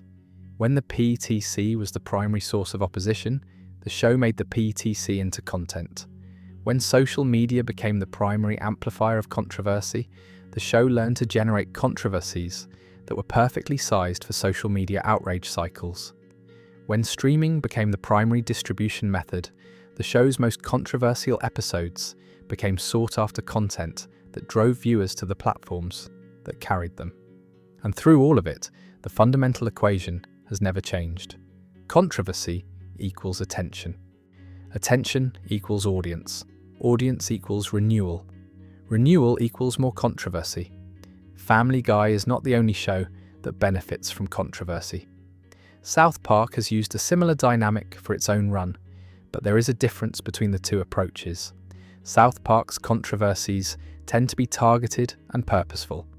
Parker and Stone pick specific institutions and individuals and construct precise satirical arguments about them.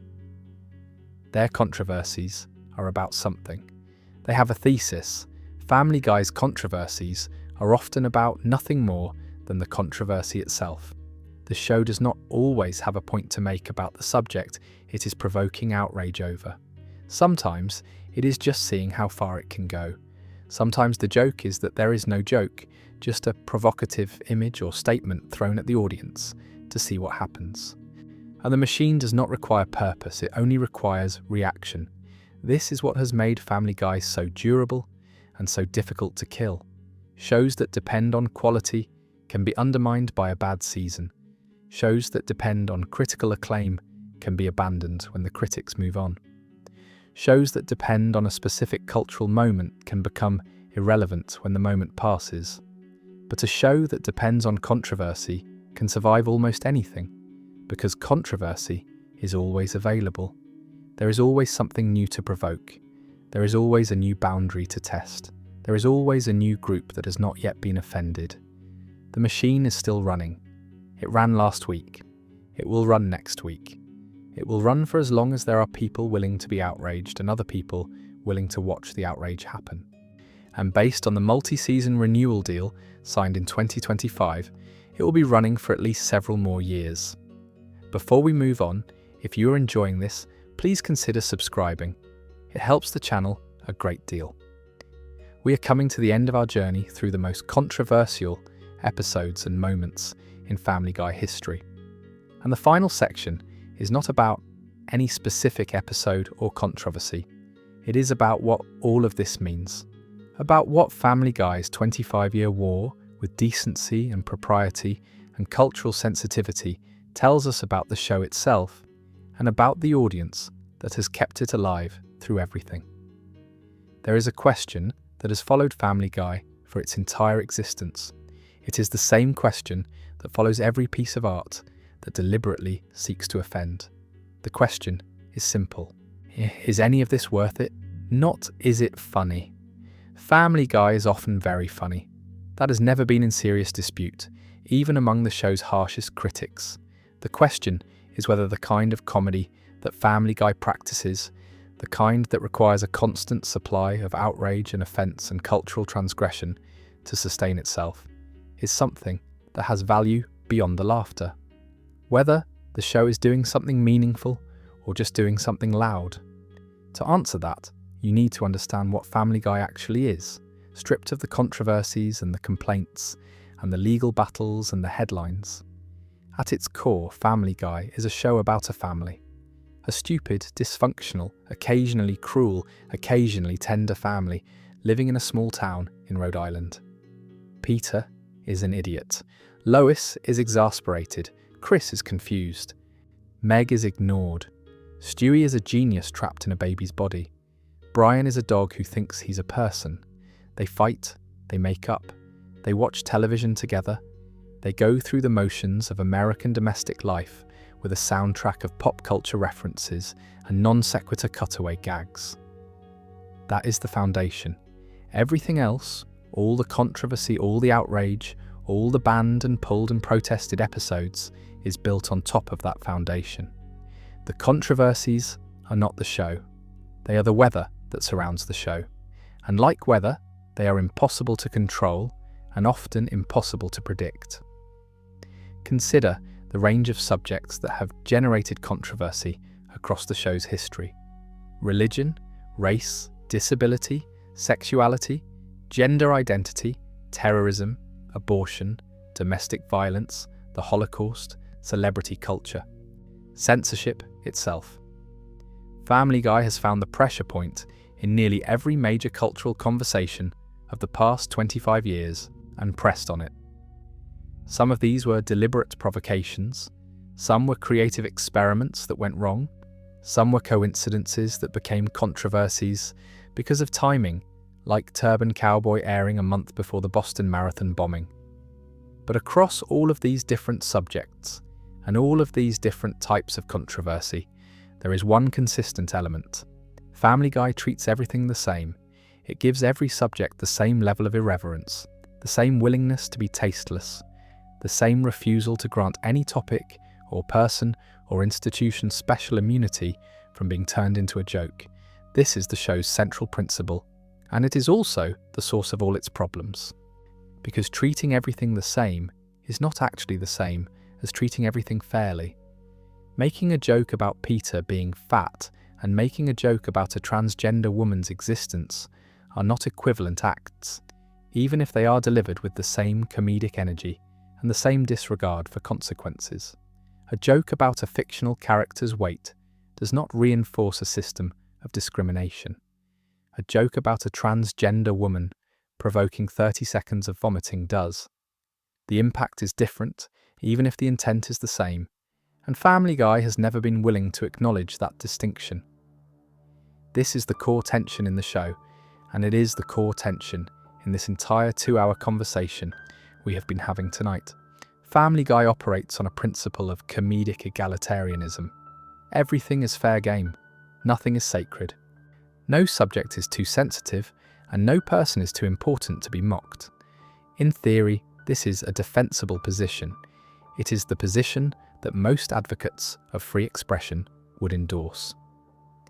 The idea that comedy should not have forbidden territories, that laughter is a universal solvent that can be applied to anything without permanent harm, is an appealing and in many ways admirable philosophy. In practice, it runs into problems, because the world is not egalitarian, power is not distributed equally, privilege is not shared uniformly, and jokes which exist inside this unequal world and are consumed by people who live inside this unequal world do not land with equal force on all targets. A joke about a powerful person costs that person almost nothing.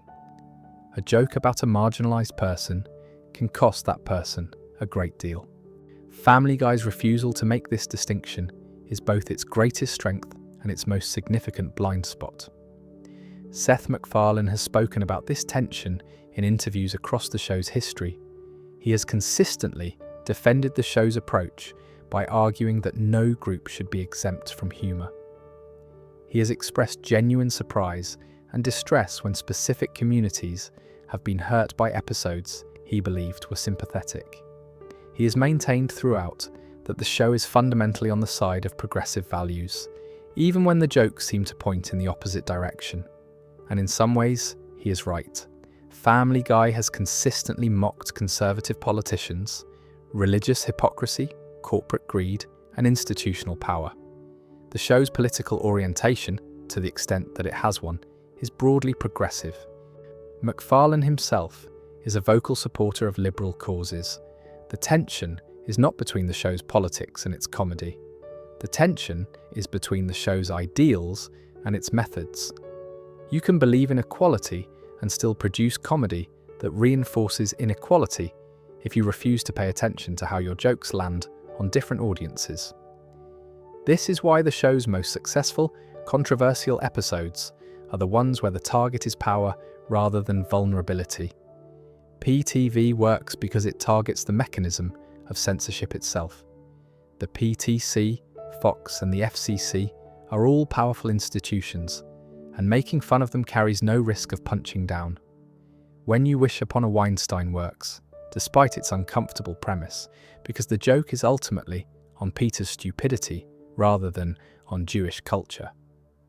The episodes that fail, the ones that generate controversy that feels justified rather than performative, are the ones where the target is someone who is already being harmed by the cultural forces the show is playing with.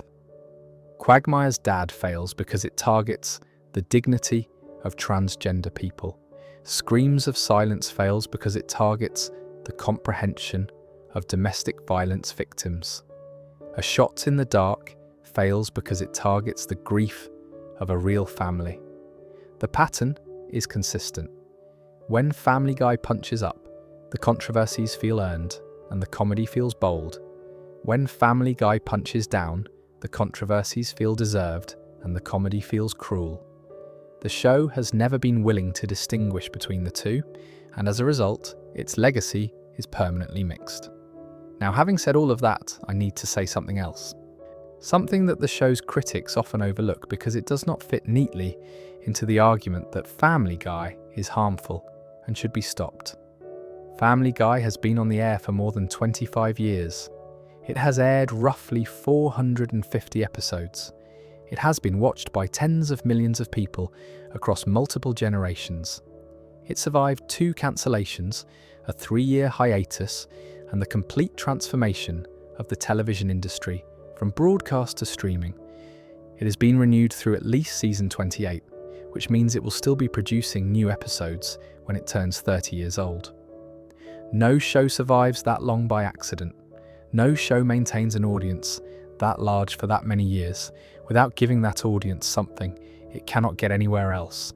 And what Family Guy gives its audience is the thing that no other show has been willing to provide with the same consistency and the same energy for the same duration, is the feeling of watching someone say the thing you're not supposed to say.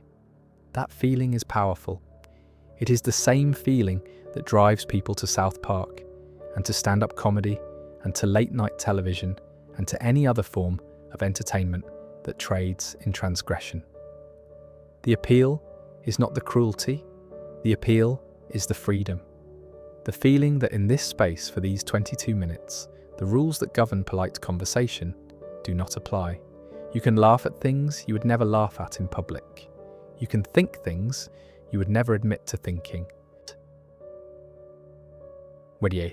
You can watch a cartoon family navigate a world where the consequences of saying terrible things are temporary and the pleasure of saying them is immediate. That is what 450 episodes of Family Guy have provided to the American public.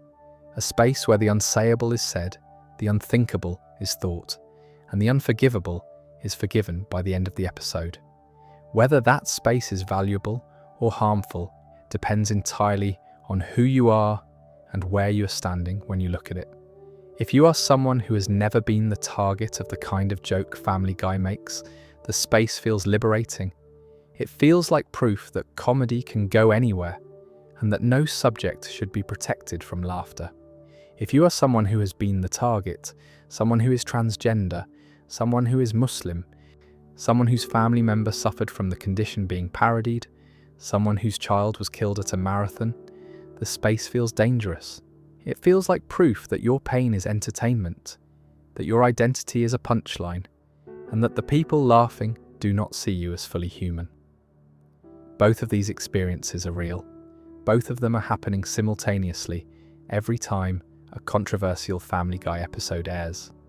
And the show has never been interested in resolving the contradiction between them. It has never tried to make the space safe for everyone, because making it safe for everyone would mean making it safe.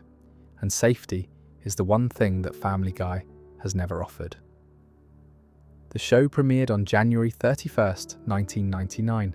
Its pilot episode drew 22 million viewers. Its most recent renewal extends it through at least 2029. In between those two dates, it has been banned, pulled, sued, protested, condemned, celebrated, revived, and renewed more times than any other animated show in American history. It has never apologized. It has never promised to change. It has never agreed that any particular joke was a mistake, even when individual writers and even MacFarlane himself have privately acknowledged that some things might have been better left unsaid. This is the thing about Family Guy that nobody wants to admit. The show is exactly what it has always been. It was never pretending to be something else. It never promised to be responsible or sensitive or fair. It promised to be funny in the specific way that Family Guy is funny, which is to say brutally, indiscriminately, and without concern for who gets hurt. That promise has been kept for 25 years. Whether keeping that promise is admirable or reprehensible is a question the show has no interest in answering. The answer is yours to decide. And deciding, it requires looking at the full picture. Not just the episodes that made you laugh, and not just the episodes that made someone else hurt, all of it. The banned episodes and the beloved ones, the lawsuits and the awards, the protests and the petitions, and the millions of people who tune in every week, regardless of what anyone says. Family Guy is still on the air, the machine is still running, and tonight, somewhere, someone is watching an episode they are not supposed to watch, laughing at a joke they are not supposed to laugh at, and feeling, for 22 minutes, like the rules do not apply. That is what 450 episodes of controversy look like. That is the story of the most controversial animated show in American history. Thank you for watching. If you enjoyed this video, please subscribe and turn on notifications so you do not miss anything we put out. And if you're still awake at this point, good night, sleep well. We will see you in the next one. And actually, before we truly close out, there are a few more things worth covering, because the story of Family Guy's controversies does not end with the episodes we have discussed.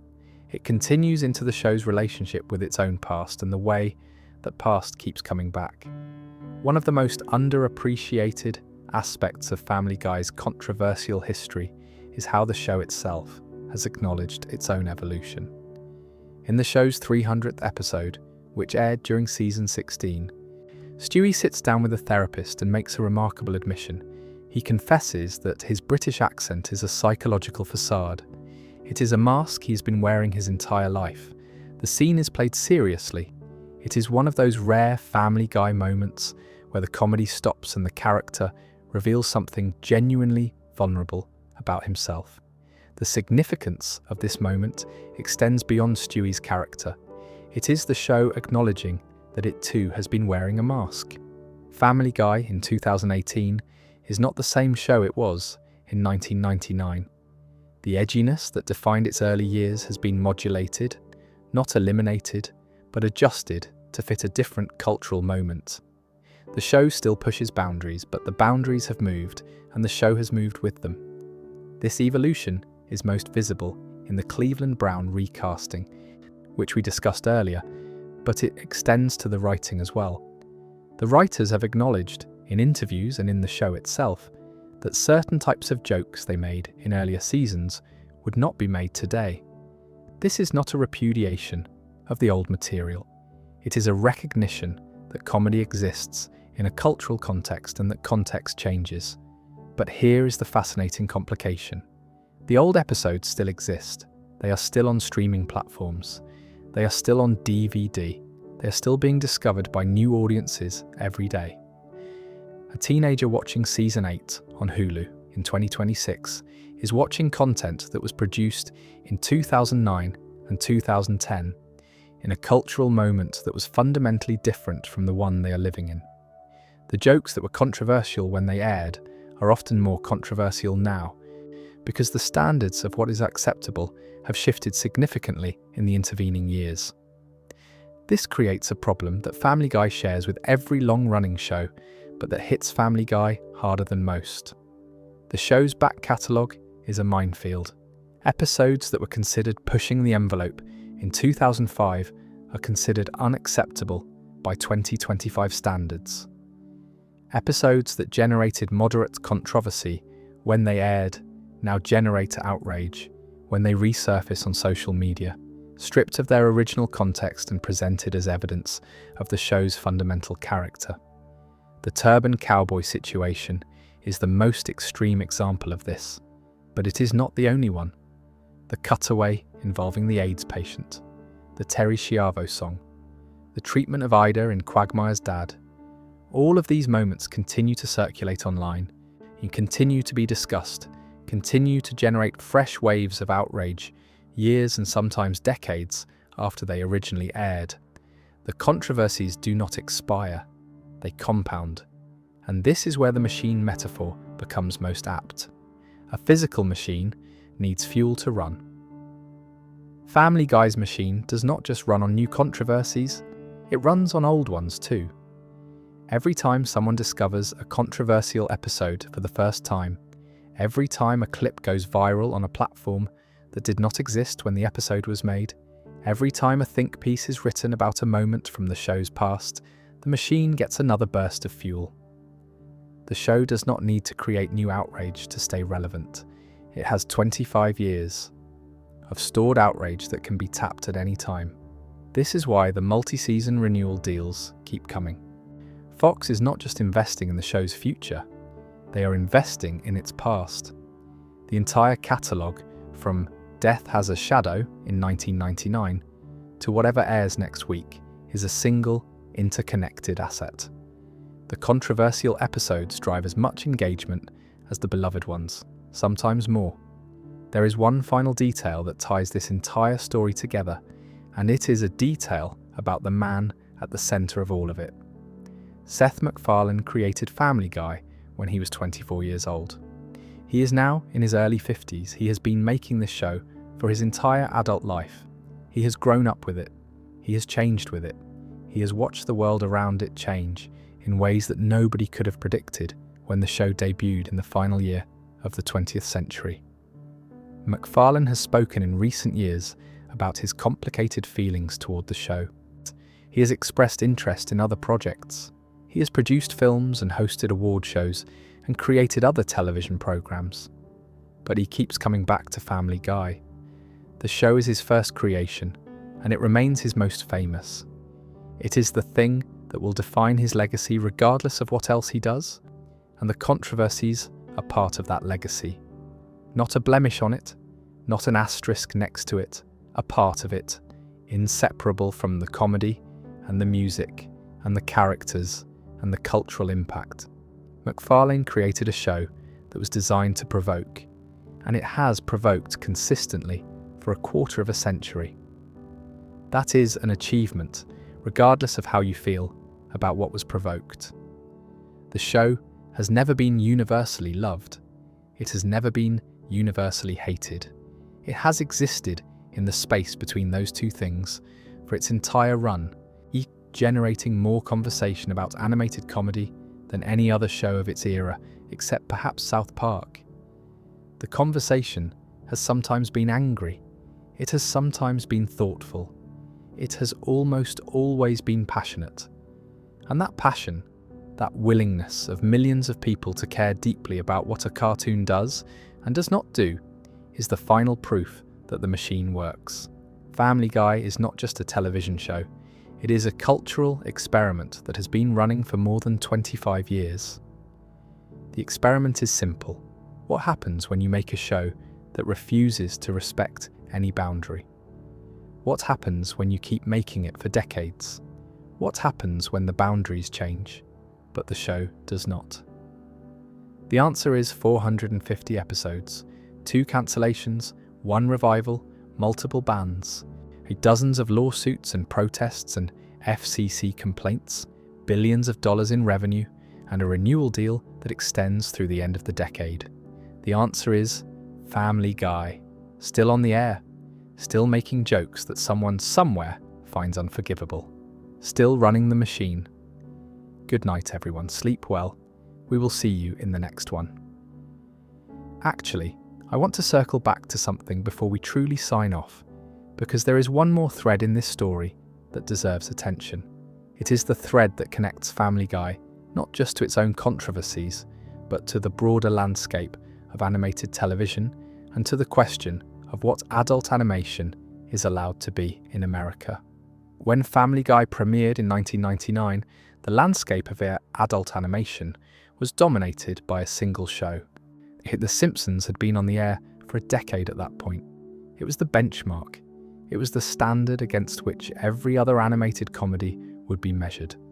And The Simpsons, for all its edge and all its cultural commentary, operated within boundaries that were widely understood and generally respected. The show pushed limits, but it also knew where the limits were, and it usually stopped short of crossing them entirely. Family Guy did not stop. From its earliest episodes, it was clear that MacFarlane had no interest in respecting the boundaries that The Simpsons had implicitly agreed to observe. The cutaway gags were designed to go places that the main plot could not go. The cultural references were designed to be more specific and more cutting than anything The Simpsons would attempt. The treatment of sensitive subjects was designed to provoke, not to illuminate or to teach. South Park was already doing something similar by the time Family Guy arrived. But South Park was on cable. It aired on Comedy Central, which operates under different regulatory standards than broadcast networks. Family Guy was on Fox, broadcast, regulated by the FCC, subject to the same indecency standards that govern every other show on network television. And yet it was trying to be as aggressive and as provocative as anything on cable. This is the structural innovation that made Family Guy possible and that made all of its controversies inevitable. MacFarlane figured out how to make a cable-level show on a broadcast network. He figured out that the line between what the FCC would tolerate and what it would sanction was much wider than most network executives believed. He figured out that you could go extraordinarily far with animated content specifically because the FCC and the public treat animation differently from live action. A joke that would generate immediate backlash in a live-action sitcom can be absorbed more easily in a cartoon because the audience processes cartoon violence and cartoon sexuality and cartoon offensiveness differently from the real thing. This is why the PTC's campaigns never succeeded. The organisation was applying live-action standards to animated content, and the two do not map onto each other cleanly. When Peter Griffin punches a man in a chicken suit through a building, nobody calls it an endorsement of violence. When a live-action character does the same thing, the conversation is completely different. Animation provides a buffer between the content and the reaction. Family Guy exploits that buffer more aggressively than any other show in television history. The show's influence on the broader animation landscape has been enormous. American Dad, which is also created by McFarlane, operates in a similar space but with more narrative discipline. The Cleveland Show was a direct spin-off that attempted to bring Family Guy's approach to a show centered on a black family. Bob's Burgers positioned itself explicitly as a kinder, gentler alternative to Family Guy's approach. Archer, Rick and Morty, Big Mouth, and dozens of other adult animated shows that followed in the years after Family Guy's revival owe at least part of their existence to the creative and commercial path that Family Guy cleared. The show proved that there was an audience for animated content that did not respect any boundary. It proved that the audience was large enough and loyal enough to sustain a show for decades. It proved that controversy, far from being a threat to a show's survival, could be the engine of that survival. And every adult animated show that has followed has benefited from those proofs, whether they acknowledge it or not. There is a particular irony in the fact that Family Guy, a show that has been called the worst thing on television by people who care about the medium, may have done more to expand the possibilities of what television can be than most of the shows those people consider great. The show did not expand those possibilities gracefully. It did not expand them thoughtfully.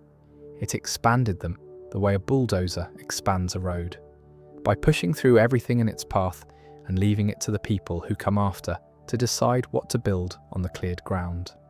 The cleared ground is what matters. Before Family Guy, there were things that adult animated shows did not do on broadcast television. After Family Guy, many of those things became possible. Whether the things that became possible are good or bad depends on what you value. But the fact that they are possible, the fact that the range of expression available to animated storytelling is wider now than it was in 1998, it is attributable in significant part to a fat man from Rhode Island and his talking dog. That is the legacy, complicated and contradictory and impossible to reduce to a single judgment. The show that was too offensive to air and too popular to cancel. The show that was banned in one country and celebrated in another. The show that angered everyone and entertained everyone, often at the same time, often with the same joke. Family Guy, 25 years and counting, 450 episodes and counting. Controversies beyond counting.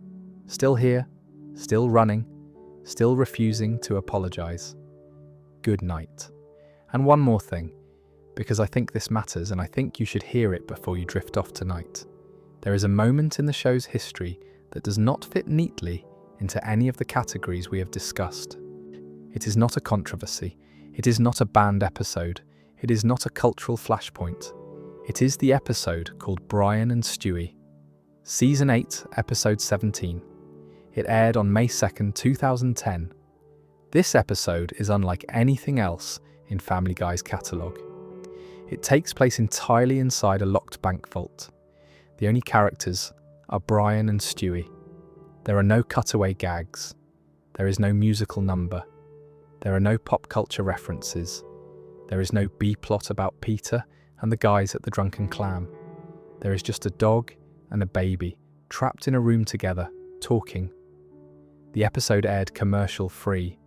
Fox gave it the entire 30-minute block without interruption. This was, for a show that pays the bills by selling advertising time around controversial jokes, a remarkable act of creative confidence.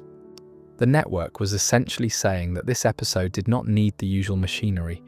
It did not need the gags and the references and the shock value. It could stand on its own. And it did. Brian and Stewie is widely considered one of the best episodes in the show's history. It is proof that underneath all the controversy and all the outrage and all the institutional warfare, there is a show that knows how to tell a genuine story about two characters who care about each other. The episode is quiet, it is intimate, it is, in places, genuinely moving. Brian talks about his depression and his alcoholism. Stewie talks about his identity and his fears. They have a real conversation, the kind that Family Guy almost never allows its characters to have, because real conversations do not generate headlines. The existence of this episode complicates the narrative about what Family Guy is. If the show were nothing more than a controversy machine, a device for generating outrage and converting it into ratings, then Brian and Stewie should not exist. There is no controversy in that episode. There is no banned content. There is nothing that would make the PTC file a complaint or the FCC open an investigation. There is just craft, careful, deliberate, emotionally sophisticated storytelling from a show that is usually described as the opposite of all those things. This is the thing about Family Guy that makes it impossible to dismiss entirely. No matter how many legitimate criticisms you can level against it, the show is capable of genuine artistry. It is capable of restraint. It is capable of making you feel something real in a way that has nothing to do with shock or offence. It just usually chooses not to. It usually chooses the joke over the feeling, the boundary over the safe ground, the headline over the quiet truth. But every once in a while, it chooses differently. And when it does, you see the show that Family Guy could be if it wanted to be something other than what it is. You see the talent that MacFarlane and his team possess when they direct it toward building something instead of breaking something. You see two characters in a bank vault talking about what it means to be alive. And you think, this is the same show that made a song about needing a Jewish financial advisor and killed a main character for publicity. It is the same show. All of it. The brilliance and the crudeness. The empathy and the cruelty. The episodes that change the conversation and the episodes that embarrass it. It is all one thing, produced by the same people, for the same audience, in the same 22-minute time slot, week after week, year after year, for 25 years, and counting. That is Family Guy. The whole thing. The complicated, contradictory, infuriating, undeniable whole thing. And with that, I will let you sleep. Thank you for spending the last 2 hours with us. If you are new here, subscribe, turn on the bell. We have a lot more coming. Good night.